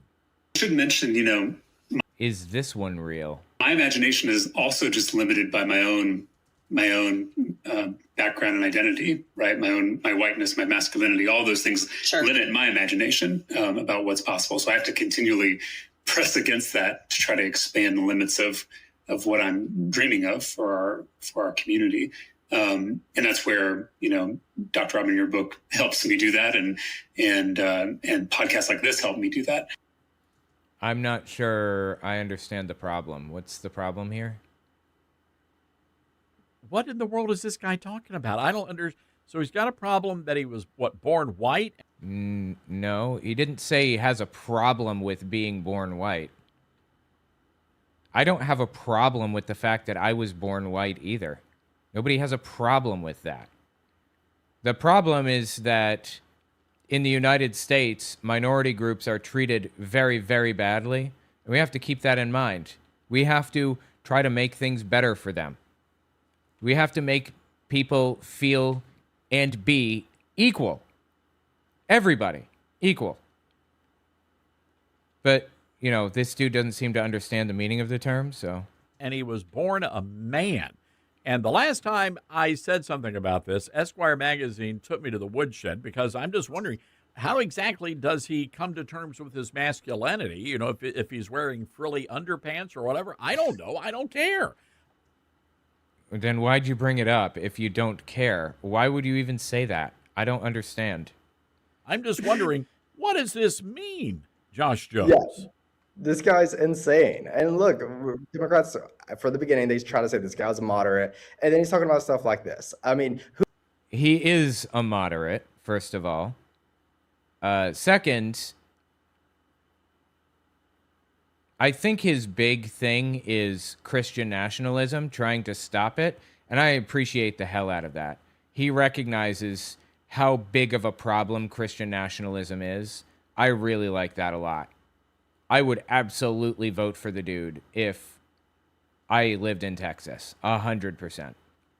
Who in Texas, if you walk up to a voter in Texas and say, what's the biggest issue on your mind right now? What's affecting you every day? No one is saying anything he's saying. No one's talking about their masculinity. Nobody's talking about their whiteness. Well, he's not really talking about that stuff. He said it in some podcast like 5 fucking years ago. He's talking about Christian nationalism almost exclusively. People are talking about the cost of gas, the cost of groceries, the cost of buying a house, like you were talking about before. No, yeah, right, because Trump is making those things better, you see. Nobody's talking about this. And this is typical Democrats. Democrats love to say, oh, Republicans try to divide people and divide Americans. They don't? On all these cultural war issues. But at the end of the day, if you look at Republican messaging, particularly in Texas, as someone who does a lot of work down in Texas, we're focused on the cost of living and getting the price down for working families. And why would that be? Why would you be focused on that right now? Could it be because that is one of the leading issues that's unavoidable that you must address now because your people are so completely and totally fucked at this point? Because everybody is suffering terribly, and you have no choice but to address that shit. Also, I don't even think that's true. I don't even think they are addressing shit like that right now. Not very much, certainly. Texas. Democrats, meanwhile, are out here talking about their whiteness and their masculinity and how much they hate themselves. So almost nobody is talking about that. That was literally like a 5-year-old clip. Oh, we'll see which one resonates with voters this November. Yeah, that's going to be a no-brainer. By the way, I know you live in D.C. Have you seen the algae people out there on the mall? These people are insane. They're literally mocking Donald Trump by protesting in favor of the algae. They're saying algae is better than Trump. They're making fun of him. Did you not catch on to that? Did you not realize that you're being made fun of right now? These people are literally insane. No, I haven't personally seen them, but I've been following it on Twitter. I haven't been down to the reflecting pool quite yet. But let me just verify that that's real. I'm not really sure I don't really trust a word out of their mouths, not one single word. So let me see here if I can find some info on this. Trump, hang on. The pro-algae protesters are mocking, obviously. Yes, there are a few. There were some people down there with signs, like 3 or 4 people, apparently, mocking Trump. These people are literally mentally unwell. All right, we will leave it there. Josh Jones loaded for bear today. Josh, fair and balanced here, by the way. Good to see you, my friend. Thanks, Todd. All right, there you have it, ladies and gentlemen. 901-260-5926, our telephone number. That's 901-260-5926. These people are insane. We'll be right back. Jesus Christ. Anyway, tell me what you think about it in the comments. It's absolutely wild to get an idea of what Republican voters are hearing right now and how genuinely, completely unglued from reality they are. Tell me your thoughts. Okay, let's see here. Shit, I closed it. I didn't mean to close it. Son of a bitch. That's okay. I'm coming up on the end anyway. Let me see. Give me a second here. See what's happening. What's this? Working on their self-esteem and helping them to make their life better in the ways that they can, whether that's going back to school to get a better job or, whatever it is that they feel that they're lacking the most. And then for women, the women who have TDS are women who have problems with men. And so, yes, it's psychotherapy, but starting with the pussy hats. So we have people, an actual doctor who's saying Trump derangement syndrome is real, and women who have Trump derangement syndrome will be treated with hatred of men. And so you would work with them to help. That is insane. Maybe I should pull this up. Hold on. Not therapy where Wait. you try to get the person to realize that they are wrong, that Trump is a great guy and they should love him, because they would just walk out the door. Instead, you have to work on the problems in. Okay, yeah, let's cover this real fast. Hold on. Who are these people? Exactly. Is she a doctor?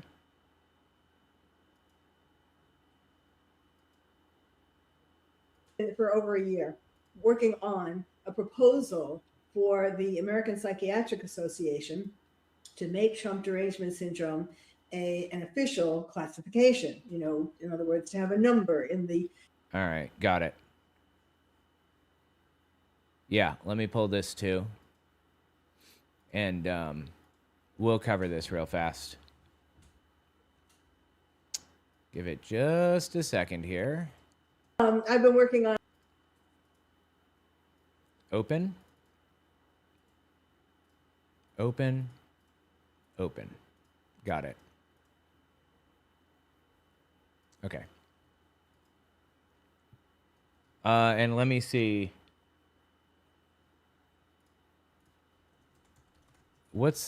It's Carol Lieberman.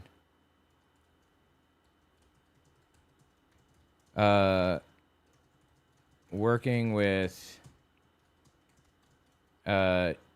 Trump derangement syndrome.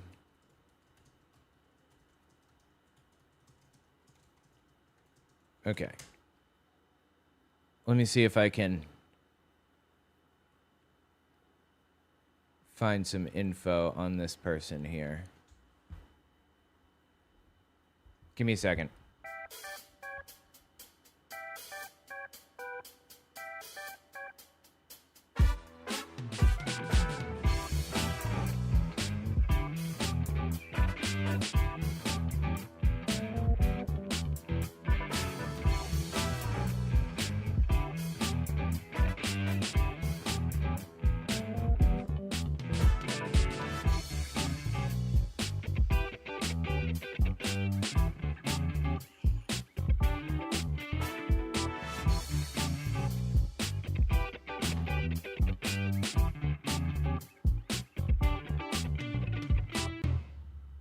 Okay.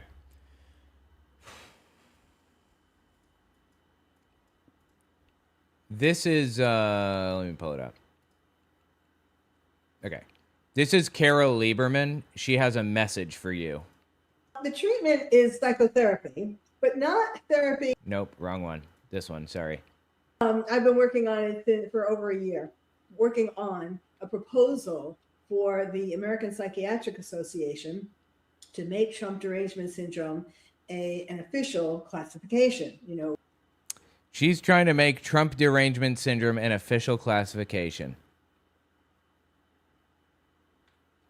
She is apparently not very reputable or trustworthy. She's just kind of a nutcase, but she is an MD. She is actually licensed and has, like, you know, clinical experience in the whole nine. It is absolutely wild that she has any kind of qualifications whatsoever, and as highly qualified as she is insane.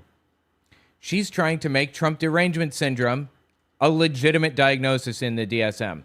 That is insane. If she did that, it would lead to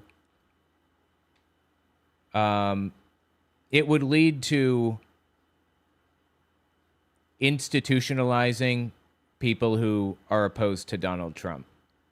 Obviously, that would be a bad thing, but I don't think that the American Psychological Association, the APA, is that far down the Trump train. There's no way in hell they would stand for something like that. Largely, scientists don't accept things like that. That's absolutely ridiculous. in other words, to have a number in the Diagnostic and Statistical Manual, which is the Bible of the American Psychiatric Association. And It's not the Bible. It's just the list of known mental conditions, basically. Not the Bible. Two very different things, the Bible and the DSM. It's a list of conditions, mental conditions, and how to diagnose them. Schizophrenia, dissociative identity disorder, gender dysphoria, I believe is in there. It's just, again, notice I'm not using the word mental illness. I'm using condition. They're just states of the brain, ADHD and things like that. And actually all therapists, refer to that to make diagnoses. Insurance companies refer to that, the number that you put down in terms of whether they're going to pay for the treatment or not, and so on. So I have been working to put together a very detailed, because they are, the classifications in the DSM are very detailed. And I put together a classification for mild, moderate, and severe TDS. And I'm going to be bringing it into, literally walking it in to the American Psychiatric Association very soon. They're not going to go for that. That's absurd. But check this out. She's got more to say, believe it or not. And for women, so you'd be working on their self-esteem and helping them to make their life better. This is how to treat TDS for women, apparently. In the ways that they can, whether that's going back to school to get a better job, or, whatever it is that they feel that they're lacking the most. And then for women, the women who have TDS are women who have problems with men. And so, starting with the pussy hats. And so you would work with them to have them, and Trump would be the man, like the worst man, like the man that they would imagine would be. Okay. Jesus, dude. So if a woman doesn't like some dude, just some random specific person just some specific individual, that means she has a problem with all men? Are you fucking kidding me right now? Worse to be married to, because he's an alpha male, and because that's what they can't deal with. So you would work with them to try to, get them to not have so much hatred towards men, perhaps have good relationships with. What? They don't have hatred toward men. Okay, my wife doesn't hate men. She doesn't like a single individual. What about KDS, Kamala derangement syndrome? What about that? If you don't like Kamala or Joe Biden, Do you hate all women? Do you hate all, I don't know, Bidens or all men or whatever? This doesn't make any sense logistically. This doesn't make any sense from a diagnosis point of view. This is insane. Men, and so you're really not working on the, because if you get into a conversation about like why do you hate Trump, and they tell you, well, he does this, this, and this, this. It's not about that. Whatever they would say, whatever executive orders they might say, or whatever. So they give explanations for why they don't like the dude, and you're just not accepting that. You're just not listening. You're not going to believe what they're telling you. It's all a conspiracy or something? What? Political thing or sociological thing, whatever they would say that he did that is bad. It's not really about that. It's about their feelings towards him as a man. Right. Okay, wow. Jesus fucking Christ, dude. Talk about, like, reading into things. This, in my opinion, this is Trump derangement syndrome. They are deranged individuals as a result of Donald Trump and his actions. She is a psychologist, a psychiatrist, like an MD, and is claiming that people who don't like Trump have a medical condition. Where you try to get the person to realize that they are wrong, that Trump is a great guy and they should love him, because they would just walk out the door.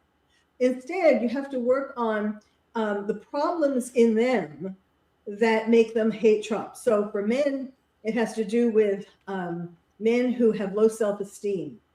And they... Okay, I don't have low self-esteem. I think I have a perfectly reasonable self-image. What the fuck are you talking about? People who don't like Donald Trump have low self-esteem? Really? Are envious of Trump because Trump, has the stereotypically all the things that a man, an alpha male would and should have. What? Trump is an alpha male, and if you're a man and you don't like him, it's because you're jealous of his alpha maleness. He's like 300 pounds, like super overweight, unhealthy, and fucking obnoxious. He wears makeup like a clown. Trust me, I don't envy Donald Trump in any way, even a little bit. So, like, he has a great education, Ivy League education. No, he doesn't. He has a degree from Wharton School of Business, I believe. But his teachers have said he was the dumbest son of a bitch that they have ever taught. Something to that effect. I don't remember exactly how they phrased it. He's the dumbest motherfucker that they ever had in their classroom. I don't see how he could have gotten through it without having somebody do his work for him, without cheating. He was successful before he became president. He's become president 2 times. He has a gorgeous wife. He has a wonderful family. All of these things that these men who have low self-esteem either don't have or don't have enough of, or, don't feel like they'll ever have. So if you are not equally as successful as Donald Trump, it's because, then that's the reason why you don't like him. If you aren't equally as successful, that's why you don't like him. That makes complete sense. I get it now. So somehow Trump is to blame for their not having these things. I don't think Trump is to blame for me not having what he has. I do, however, think that he is to blame for a very bad economy right now. In fact, I don't think that. I know that. We can objectively look at these metrics and how he affected them directly.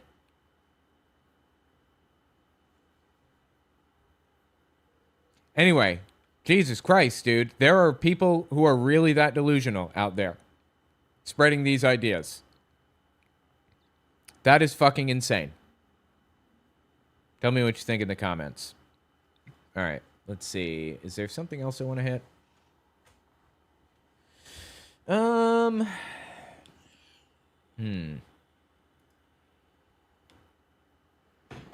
What's this? Look at the Ralph Reed. most recent, I think, ABC News Washington Post poll.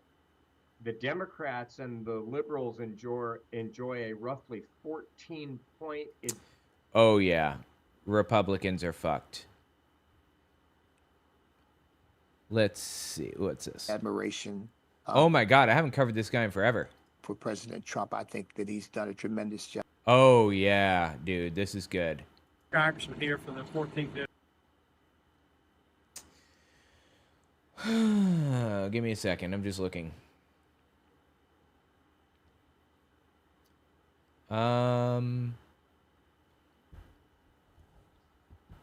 Oklahoma State Senator Dusty Devers loved to think right-wing boost every time we highlighted his extremism, and it seems that the voters in his district were not impressed as they just voted him out of office. No!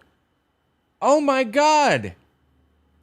That is awesome! Dusty Devers voted out of office.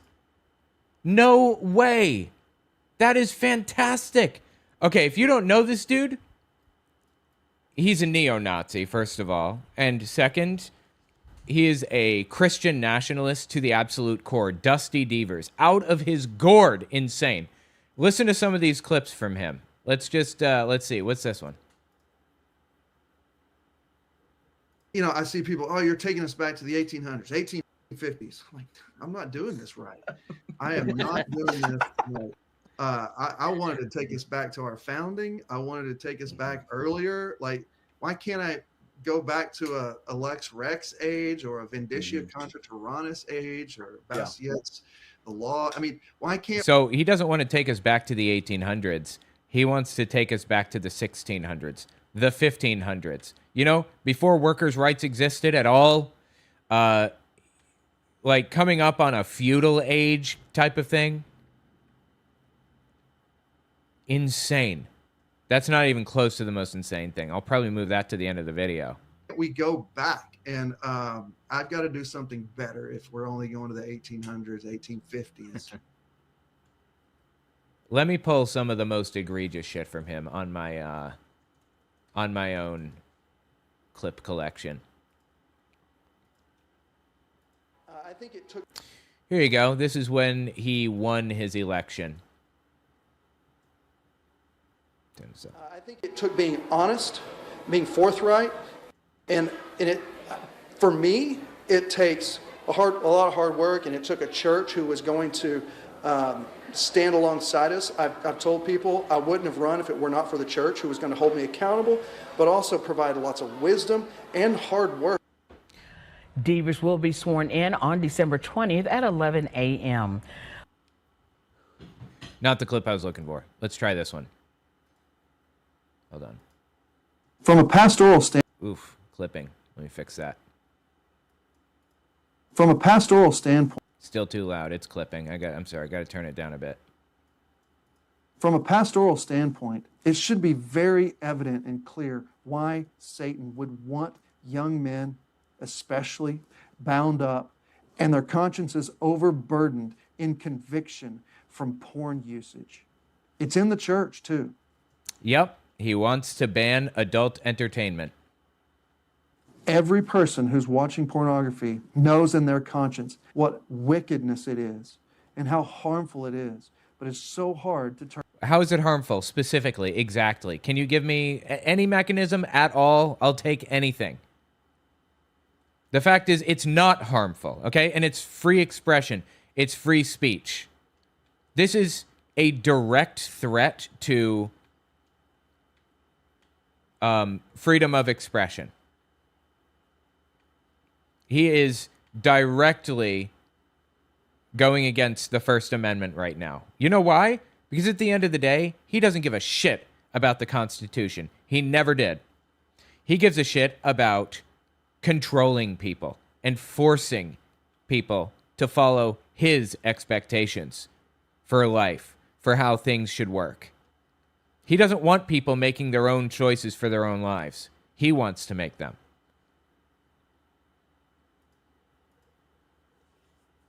Let me find a good one.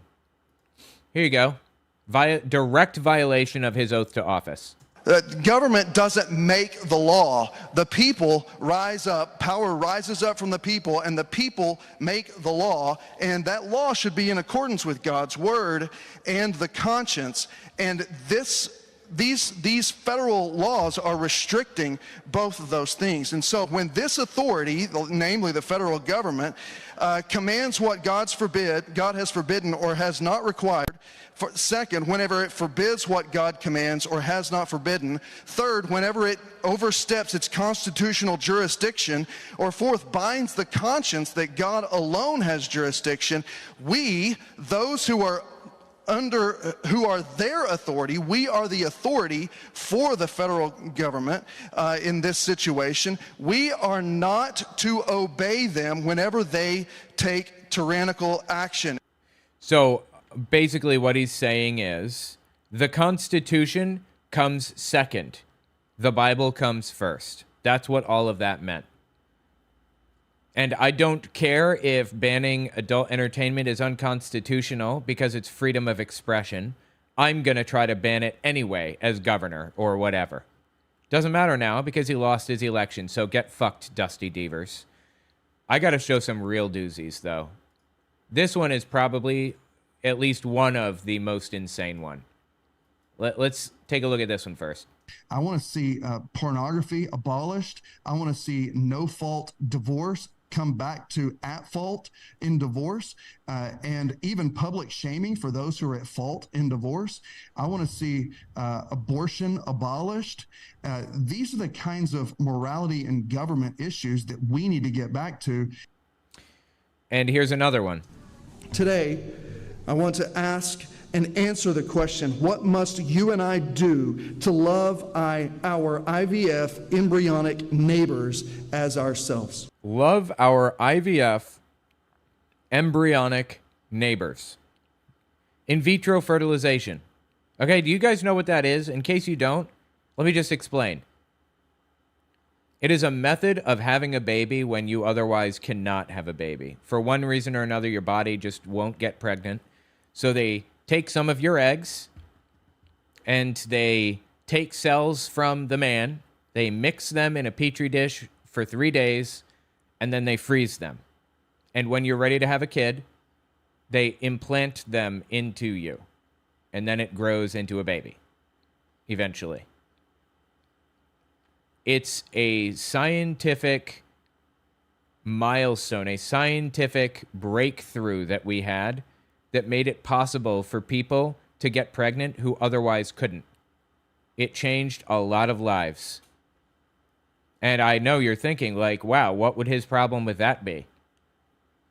The answer is he believes that it's abortion. Incorrectly. Obviously. It is not abortion. But he believes it is. And for that reason, he's justified encroaching on your personal life and your personal decisions and trying to ban it. My aim today is, with our Creator's help, graciously to bring before your conscience the harsh realities of IVF so you will respond by faith, in faith, by loving your embryonic neighbor. When they're frozen in the cryogenic whatever, he's saying that that's abuse of a baby. That is fucking psychotic. Why should this matter to you? Well, yeah, why the fuck should it matter? It's none of your business, Dusty, if I want to go with IVF or whatever. We've heard why it should matter. Millions of our embryonic neighbors unnecessarily are being led to slaughter every year by IVF and assisted reproductive technologies, and countless others are cryo-incarcerated in frozen prisons. Cryo-incarcerated in frozen prisons, okay? What the fuck? We are creating cryo-orphans for the sake of biological offspring. cryo orphans. I'm so glad that this dude lost his election. Holy shit. Saints, our longing to bear children with our own DNA must not lead us to treat our embryos in a way that God forbids. Is your longing to bear children in your own image leading you to flirt with means of procreation that fail to uphold the sacredness of human life, that would lead these embryos or your children to death or a freezer, or deliver them up to destructive experimentation? What? Fucking delusion, dude. I'm telling you. Delusion. And you know what? I just remember there's another clip I want to see from this guy because it's truly deeply disturbing. On this channel, my main channel, where this is going to be, I try to keep things apolitical and focus heavily on religion, but often there's a lot of crossover.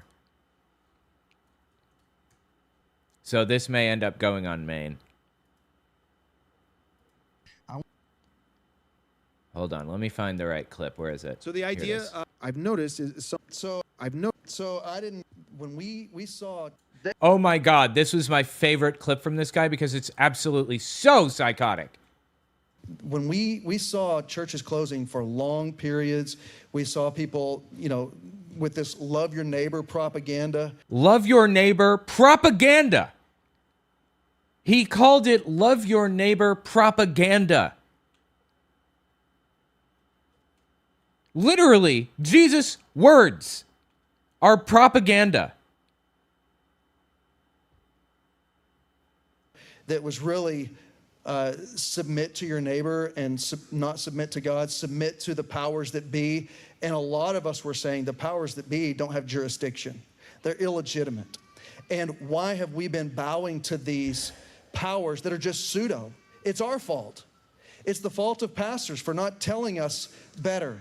And if you don't have strong pastors that are preaching the authority of God from the scriptures and teaching their people that the authority lies in the scriptures and not in the culture or in your leaders, but it's in the scriptures, and we all have to bow to the same standard, then the pews are going to establish the culture, and the culture then establishes your law, because power. Yeah, he's describing how to orchestrate a Christian nationalist takeover of the U.S. government, right? That is fucking insane. Here's another one. Check this one out from him. So I didn't catch any of the Allie Beth Stuckey trad wife conversation because I was out legislating morality. Legislating morality is explicitly not what senators or lawmakers or otherwise are supposed to be doing. You're not supposed to be legislating morality. And especially lawyers know this. You're supposed to be legislating people's rights. You're supposed to be protecting people's rights and preventing them from being trampled on by others. Morality does not factor into the law at all. It's not supposed to. If you want to be a gay, non-binary, trans furry, that's not the government's fucking business. Or mine or anybody else's, right? We can live the life we want to live. And the government should have no say over that. Well, he thinks the government should have a say. He wants to impose control over people to prevent them from living as a gay furry or whatever. Legislating morality. I'm so fucking glad that this guy is gone. I gotta tell my wife, because she deals with him a lot too at her work. Lost his election.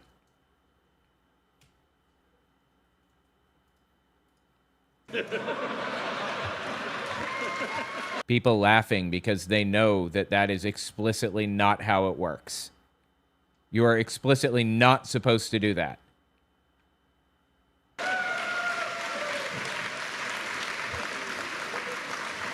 And about time. That'll do. Speaking of no-fault divorce. Hey. Yeah. I'm not going to make any further comment on that issue. I'd rather talk about abolishing pornography or abolishing abortion, not smashing it. So anyway, that's Dusty Devers. That's who the guy is. That's what he believes. That's what this piece of shit is all about. And I am so glad to know that he is not going to be in Congress anymore. That is a real win that we can take home. I mean, Jesus fucking Christ. Some of the shit that he said. Some of the shit he did. Horrifying. Tell me what you think in the comments. Let's see. Coming up right against it, but let's see if there's more I can cover. Oops. Oh, shit. I was in the middle of looking at something when I got sidetracked by Dusty Devers. Let's see here. Wait. What's this?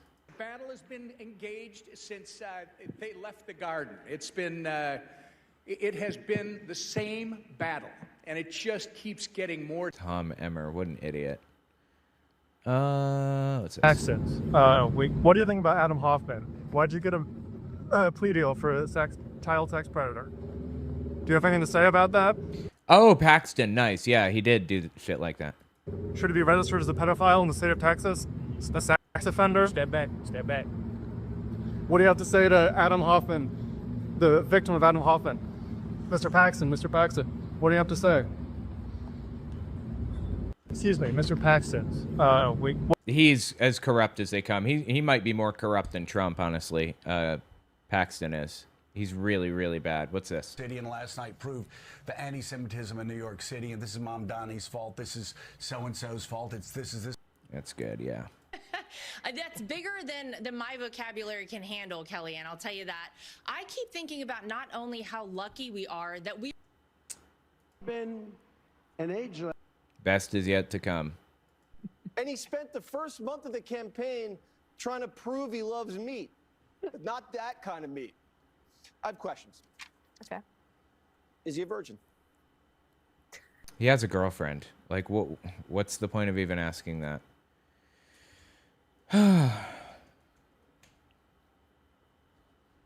Hold on, let's see here. SCOTUS says Rastafarian can't sue prison guards who violated his faith and cut off his dreadlocks. Wow.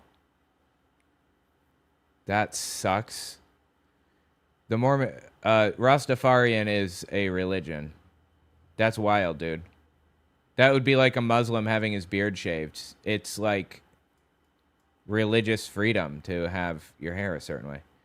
The Mormon Church is trying to sue a critic into silence. Now he's fighting back. Wait, is this the one that I was reading about recently?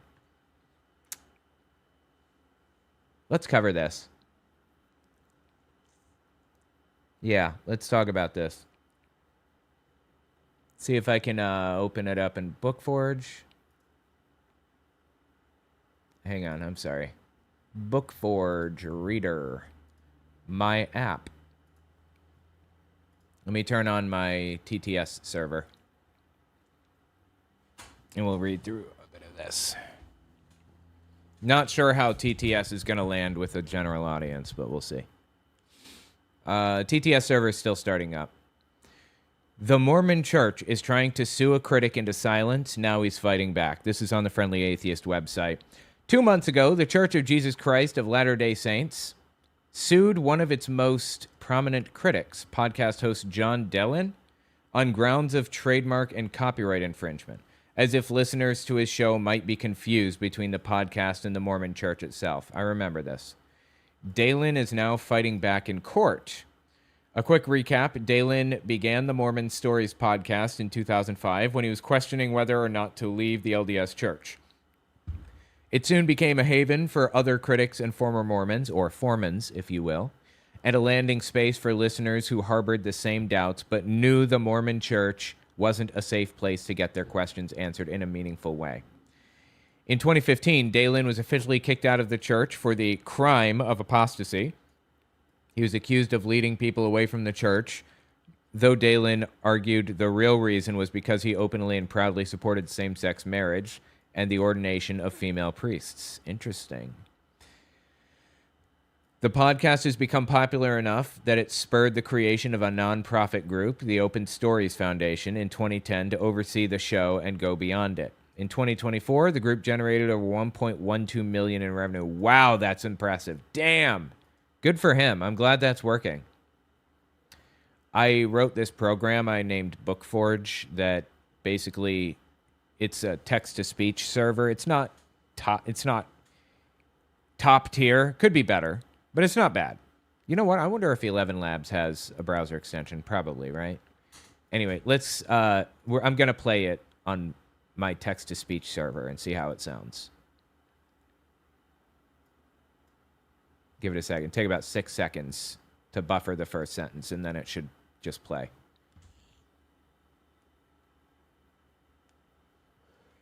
Almost there. You can do it, old buddy. This is green wheel, shows how buffered it is. And it just needs a little bit. 13%. 6 seconds ready. It goes roughly at real time. A little bit faster. That's nothing, of course, compared to the tens of billions of dollars hoarded by the LDS Church. You would think, given all the very legitimate criticism of Mormons from all over the place, the smart move would be to simply ignore what one podcaster is doing, even if he's popular, in order to avoid the Streisand effect. But the Mormon Church took the opposite approach. In April, after months of conversations between the two sides, the Mormon Church sued Dalen, arguing he had no right to use the word Mormon. As or any of their materials, right. So that would be like, that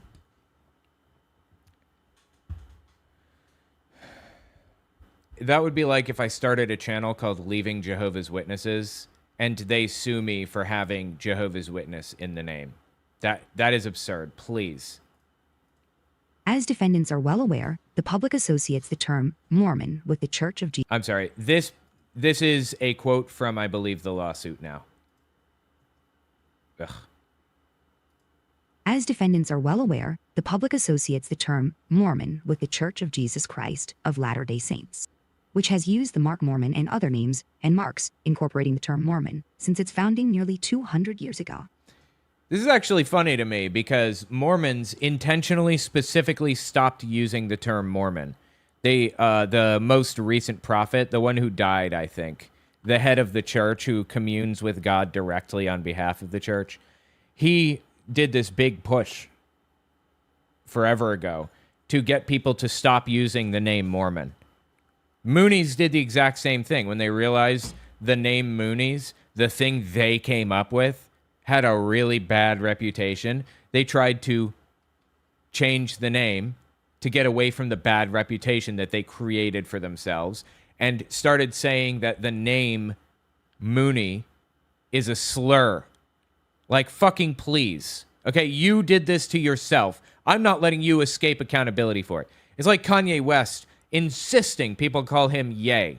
No. When you go on these Nazi podcasts and say you hate Jews and you love Hitler, I'm going to call you who you are, Kanye. I'm not going to let him get away with laundering his old reputation, his good reputation in. I'm not going to let Mormons get away with covering up their bad reputation. They're Mormons. Anyway, I'm sorry. Go off on a tangent here. Let's continue. Defendants' use of church trademarks and copyrighted materials has caused, and will continue to cause individuals to be confused and access defendants' content, mistakenly believing it comes from or is affiliated with or endorsed by the church. Yeah, definitely. People are going to this Leaving Mormonism podcast, listening to people talk shit about Mormonism and thinking, wow, this might be from the Mormon Church, the official Mormon Church. Absolutely, that checks out. This is not by accident. Defendants adopted a blue Mormon Stories logo with a light rays design prominently used by the church, showing defendants' intent to capitalize on and increase confusion. Defendants' logo was calculated to imitate the church's logos by using confusingly similar color, font, and other design elements, as shown below. As I said at the time, in absolutely no world was anyone listening to Dalen's podcast and confusing it with official church propaganda. Perhaps there was a case where someone searching for information about Mormonism stumbled across the podcast, but even if that happened, that person would quickly realize it's not advertising for the LDS Church. Right. After all, why would the banner for the show include Dalen's picture? Sorry. Right, and that's the point, isn't it? The point is to catch people who are about to be indoctrinated before they are. The point is to bring people in who might be looking at, say, Jehovah's Witnesses or Mormons or whatever, and break that pipeline of propaganda before they reach it. This is called free speech, dipshits. Sorry, hit play here. Is a case where someone searching for information about Mormonism stumbled across the podcast. But even if that happened, that person would quickly realize it's not advertising for the LDS Church. After all, why would the banner for the show include Dalen's picture and apostate? Nevertheless, the Mormon Church insisted there was confusion. To make that argument, the lawsuit included examples, cherry-picked from the podcast's social media pages, of people who came across it because they believed it was pro-Mormon, only to realize that wasn't the case. Wait. Here's just a sampling. There were more. Wait. I'm sorry. So you're saying they realized that wasn't the case? You're saying that they didn't actually confuse it? When they got there, they found out that it wasn't officially like part of the Mormon whatever? Huh. Fancy that. So here are some of the examples. Redacted. I stumbled upon the Mormon Stories podcast thinking it was church affiliated. It was quickly evident how anti it was. Okay, great. Then people are not confusing it then, right? I've been watching the videos to do with teal by this channel, but I don't understand. Is this channel run by Mormons or ex-Mormons or people who are Mormons but against radical Mormons? Or they don't like Mormons? I don't mean to sound rude. If it does, I just don't understand. I was searching for LDS content not too long ago, ran across this, and was deceived. I listened to half of one podcast and realized what it was. Never listened again. Thought the podcast was for people wanting to become Mormon at first. When I first saw this podcast, I thought it was a church one, listened, and realized it was highly anti. Awesome. Comments where those came from, but Sorry, let me step back here. Sorry. There were more comments where those came from, but to me, they all seem to prove the opposite point. People found Mormon stories because they had questions about Mormonism, and then realized it wasn't promoting the LDS Church. At no point in any of the comments included in the lawsuit did those people say they genuinely confused Dalen's words, or his guest's words, for church policy. The fact that some of those commenters said they stopped listening immediately after their realization were points in Dalen's favor. Also, for a podcast this popular, it was deeply unfair for the church to go searching for comments, suggesting confusion was afoot because you're bound to find anything you want. That's the nature of popular comment threads. Anyone who spends any time on social knows you can't always blame the owner of an account for what people say under that account, especially when the owner isn't baiting it. To avoid confusion, the LDS Church demanded that Dalen include a disclaimer everywhere saying that his podcast wasn't an official product of the religious sect. But that too was beyond parody. No one should have to open their show by explaining which groups they're not affiliated with. Making matters worse for the church, there are pro-Mormon podcasts that use the M-word in their titles too. Yet there was no indication the LDS Church ever went after any of them for trademark violations, even though those podcasts were not official products of the church either. This past February, the two sides met in person to discuss their positions. Dalen agreed to remove any copyrighted images from his website and social media pages. The LDS Church says he broke that agreement by later using an image of a temple to advertise an episode. Like, they are just harassing this guy relentlessly. They are refusing to allow him to just talk shit about them. Like, this is free speech. What happened to all that Jesus literally wrote the Constitution shit? They really believe that, by the way. Mormonism believes that Jesus, or that the Constitution was actually written by God. Well, suddenly when it's inconvenient for them, the Constitution doesn't matter anymore. He changed the logo's color from Mormon blue to non-Mormon orange. He even added the disclaimer to podcast descriptions on every platform. What Dalen refused to do was issue a disclaimer at the beginning of every show acknowledging that Mormon Stories is not affiliated with the church. Yeah, because that's like taking it way too far, honestly. Please. This is free speech, okay? Parody and satire are even allowed if you want. Right? Aren't those covered under legal protections under the First Amendment? Parody and satire? That's why the church decided to go to court. I felt their case was weak. Just consider the copyright issues. The lawsuit included examples of official photos released by the church that were later used in the thumbnails for Dalen's podcast videos. The church was also mad that Dalen used the word Mormon at all, which was wildly ironic, given that the LDS Church itself urged people to stop using the word, because they didn't want to be known that way, to the point that even the famous Mormon Tabernacle Choir had been... To the point that even the famous Mormon Tabernacle Choir had been renamed the Tabernacle Choir at Temple Square. Renamed the Tabernacle Choir at Temple Square. And yet here they were telling the court that it was their word and not anyone else's, and they had the paperwork from the U.S. Patent and Trademark Office to back it up. This is all, they said, deeply damaging to the billion-dollar religious organization. Seriously, they have so much fucking money, it's obscene. Unless these acts of Mormon Stories are restrained by this court, they will continue. And they will continue to cause irreparable injury to plaintiffs and to the public, for which there is no adequate remedy at law. May we all strive to have... For which there is no adequate remedy at law. Unless it's restrained by the court, they will continue and will cause irreparable injury to the plaintiffs. Really? Please. May we all strive to have that kind of influence. The Mormon Church was seriously arguing that Dalen's perfectly defensible use of their language and imagery might topple the entire damn religion. As if one man could destroy all of Salt Lake City through the power of a podcast. The lawsuit asked the court to stop Dalen from using any logos or imagery that was confusingly similar to the LDS churches, and they wanted a jury trial. Dalen issued some informal responses to all this at the time, saying that he's been using the Mormon Stories name for my podcast for more than 20 years without any objection from the church, and that he made plenty of changes at the request of LDS church lawyers. But he added that it was unreasonable to demand anything beyond that. I completely agree. We didn't feel any disclaimer was required, but in the spirit of cooperation, we adopted one in our podcast description.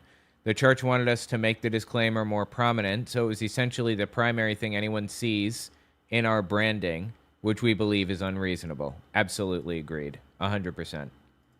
He said he was surprised by the lawsuit given how cooperative we have been. There is a fund for supporters who want to contribute to the podcast's legal defense. Interesting. Anyway, the point is that, like, they're relentlessly harassing this guy for absolutely no reason. Let me see if I can jump down to...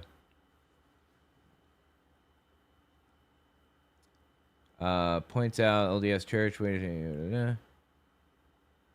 Any elsewhere in the response argues LDS Church has no ownership of the blue color. All right, here. This is actually really interesting for... Wow. This is really interesting for, like, copyright reasons. Or for trademark reasons.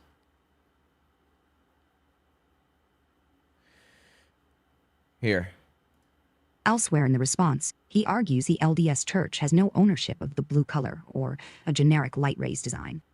Dalen adds in a press release that he made changes to appease the LDS Church, but they made no compromises for him, and the lawsuit came as a shock.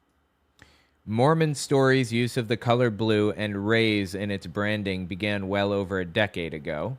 Mormon Stories and the Open Stories Foundation engaged in months of mediation after first being contacted by the church in late 2025 and agreed to numerous changes requested by church representatives. At this point, they're just harassing the dude, right? At this point, they're just making... While the court will eventually have... At this point, they're just making his life difficult on purpose. While the court will eventually have to weigh in, none of this is a good look for the Mormon Church. They're not really trying to protect their brand at all. They're just trying to put obstacles in the path of someone who has helped countless people leave the church. Rather than addressing the criticisms people on Dalen's show make, they'd rather turn off the microphone by forcing Dalen to fight an expensive legal battle. The church's own documents noting they've known about him for a long time undermine their argument that their only concern is trademark violations. The 20-year delay suggests there was never really any confusion about what Dalen was up to. The idea that the church needs to protect the word Mormon is ridiculous given that church leaders have openly distanced themselves from the word. The word Mormon is a generic word that's bigger than just the religious institution. You can't copyright it any more than a church can copyright Christian. Trademark. Overall, though, this is how you know his show Sorry. Trademark, I think. The word is trademark. When it's about images or words or terms, it's trademark. Copyright is a different thing. But yes, you can't do that. They're totally correct. And I believe that the Mormons are going to lose this. Overall, though, this is how you know his show makes a positive difference in people's lives. It shows them their lives can be fulfilling and wonderful and guilt-free outside the bubble of Mormonism. If this is how the LDS Church treats a former insider who asks questions and builds community, imagine what it signals to current members who are quietly doubting. If you become too effective at articulating those doubts, the institution won't just argue with you. It'll try to silence you. By picking this fight, the Mormon Church is only confirming the criticisms they're so desperate to suppress. Absolutely. Mormonism is a cancer on society. I wonder, do I want to take it that far? Yes, I think I do. It's a cancer on society. So are Jehovah's Witnesses. All high control cults are a cancer on society. They damage society. They make things worse for people, materially worse. By, if nothing else, by doing shit like this. By harassing people, by trying to drain them of their money. Just insufferable. Tell me what you think in the comments. Is this dude going to win? Almost guaranteed. I don't think the Mormons even expect to win this case. I think they're just trying to drain him of money, plain and simple. Tell me your thoughts. Okay, I got to get out of here. Appreciate you guys hanging out with me. It's been fun, and I will see you guys on the flippity flip, okay? That would be Sunday.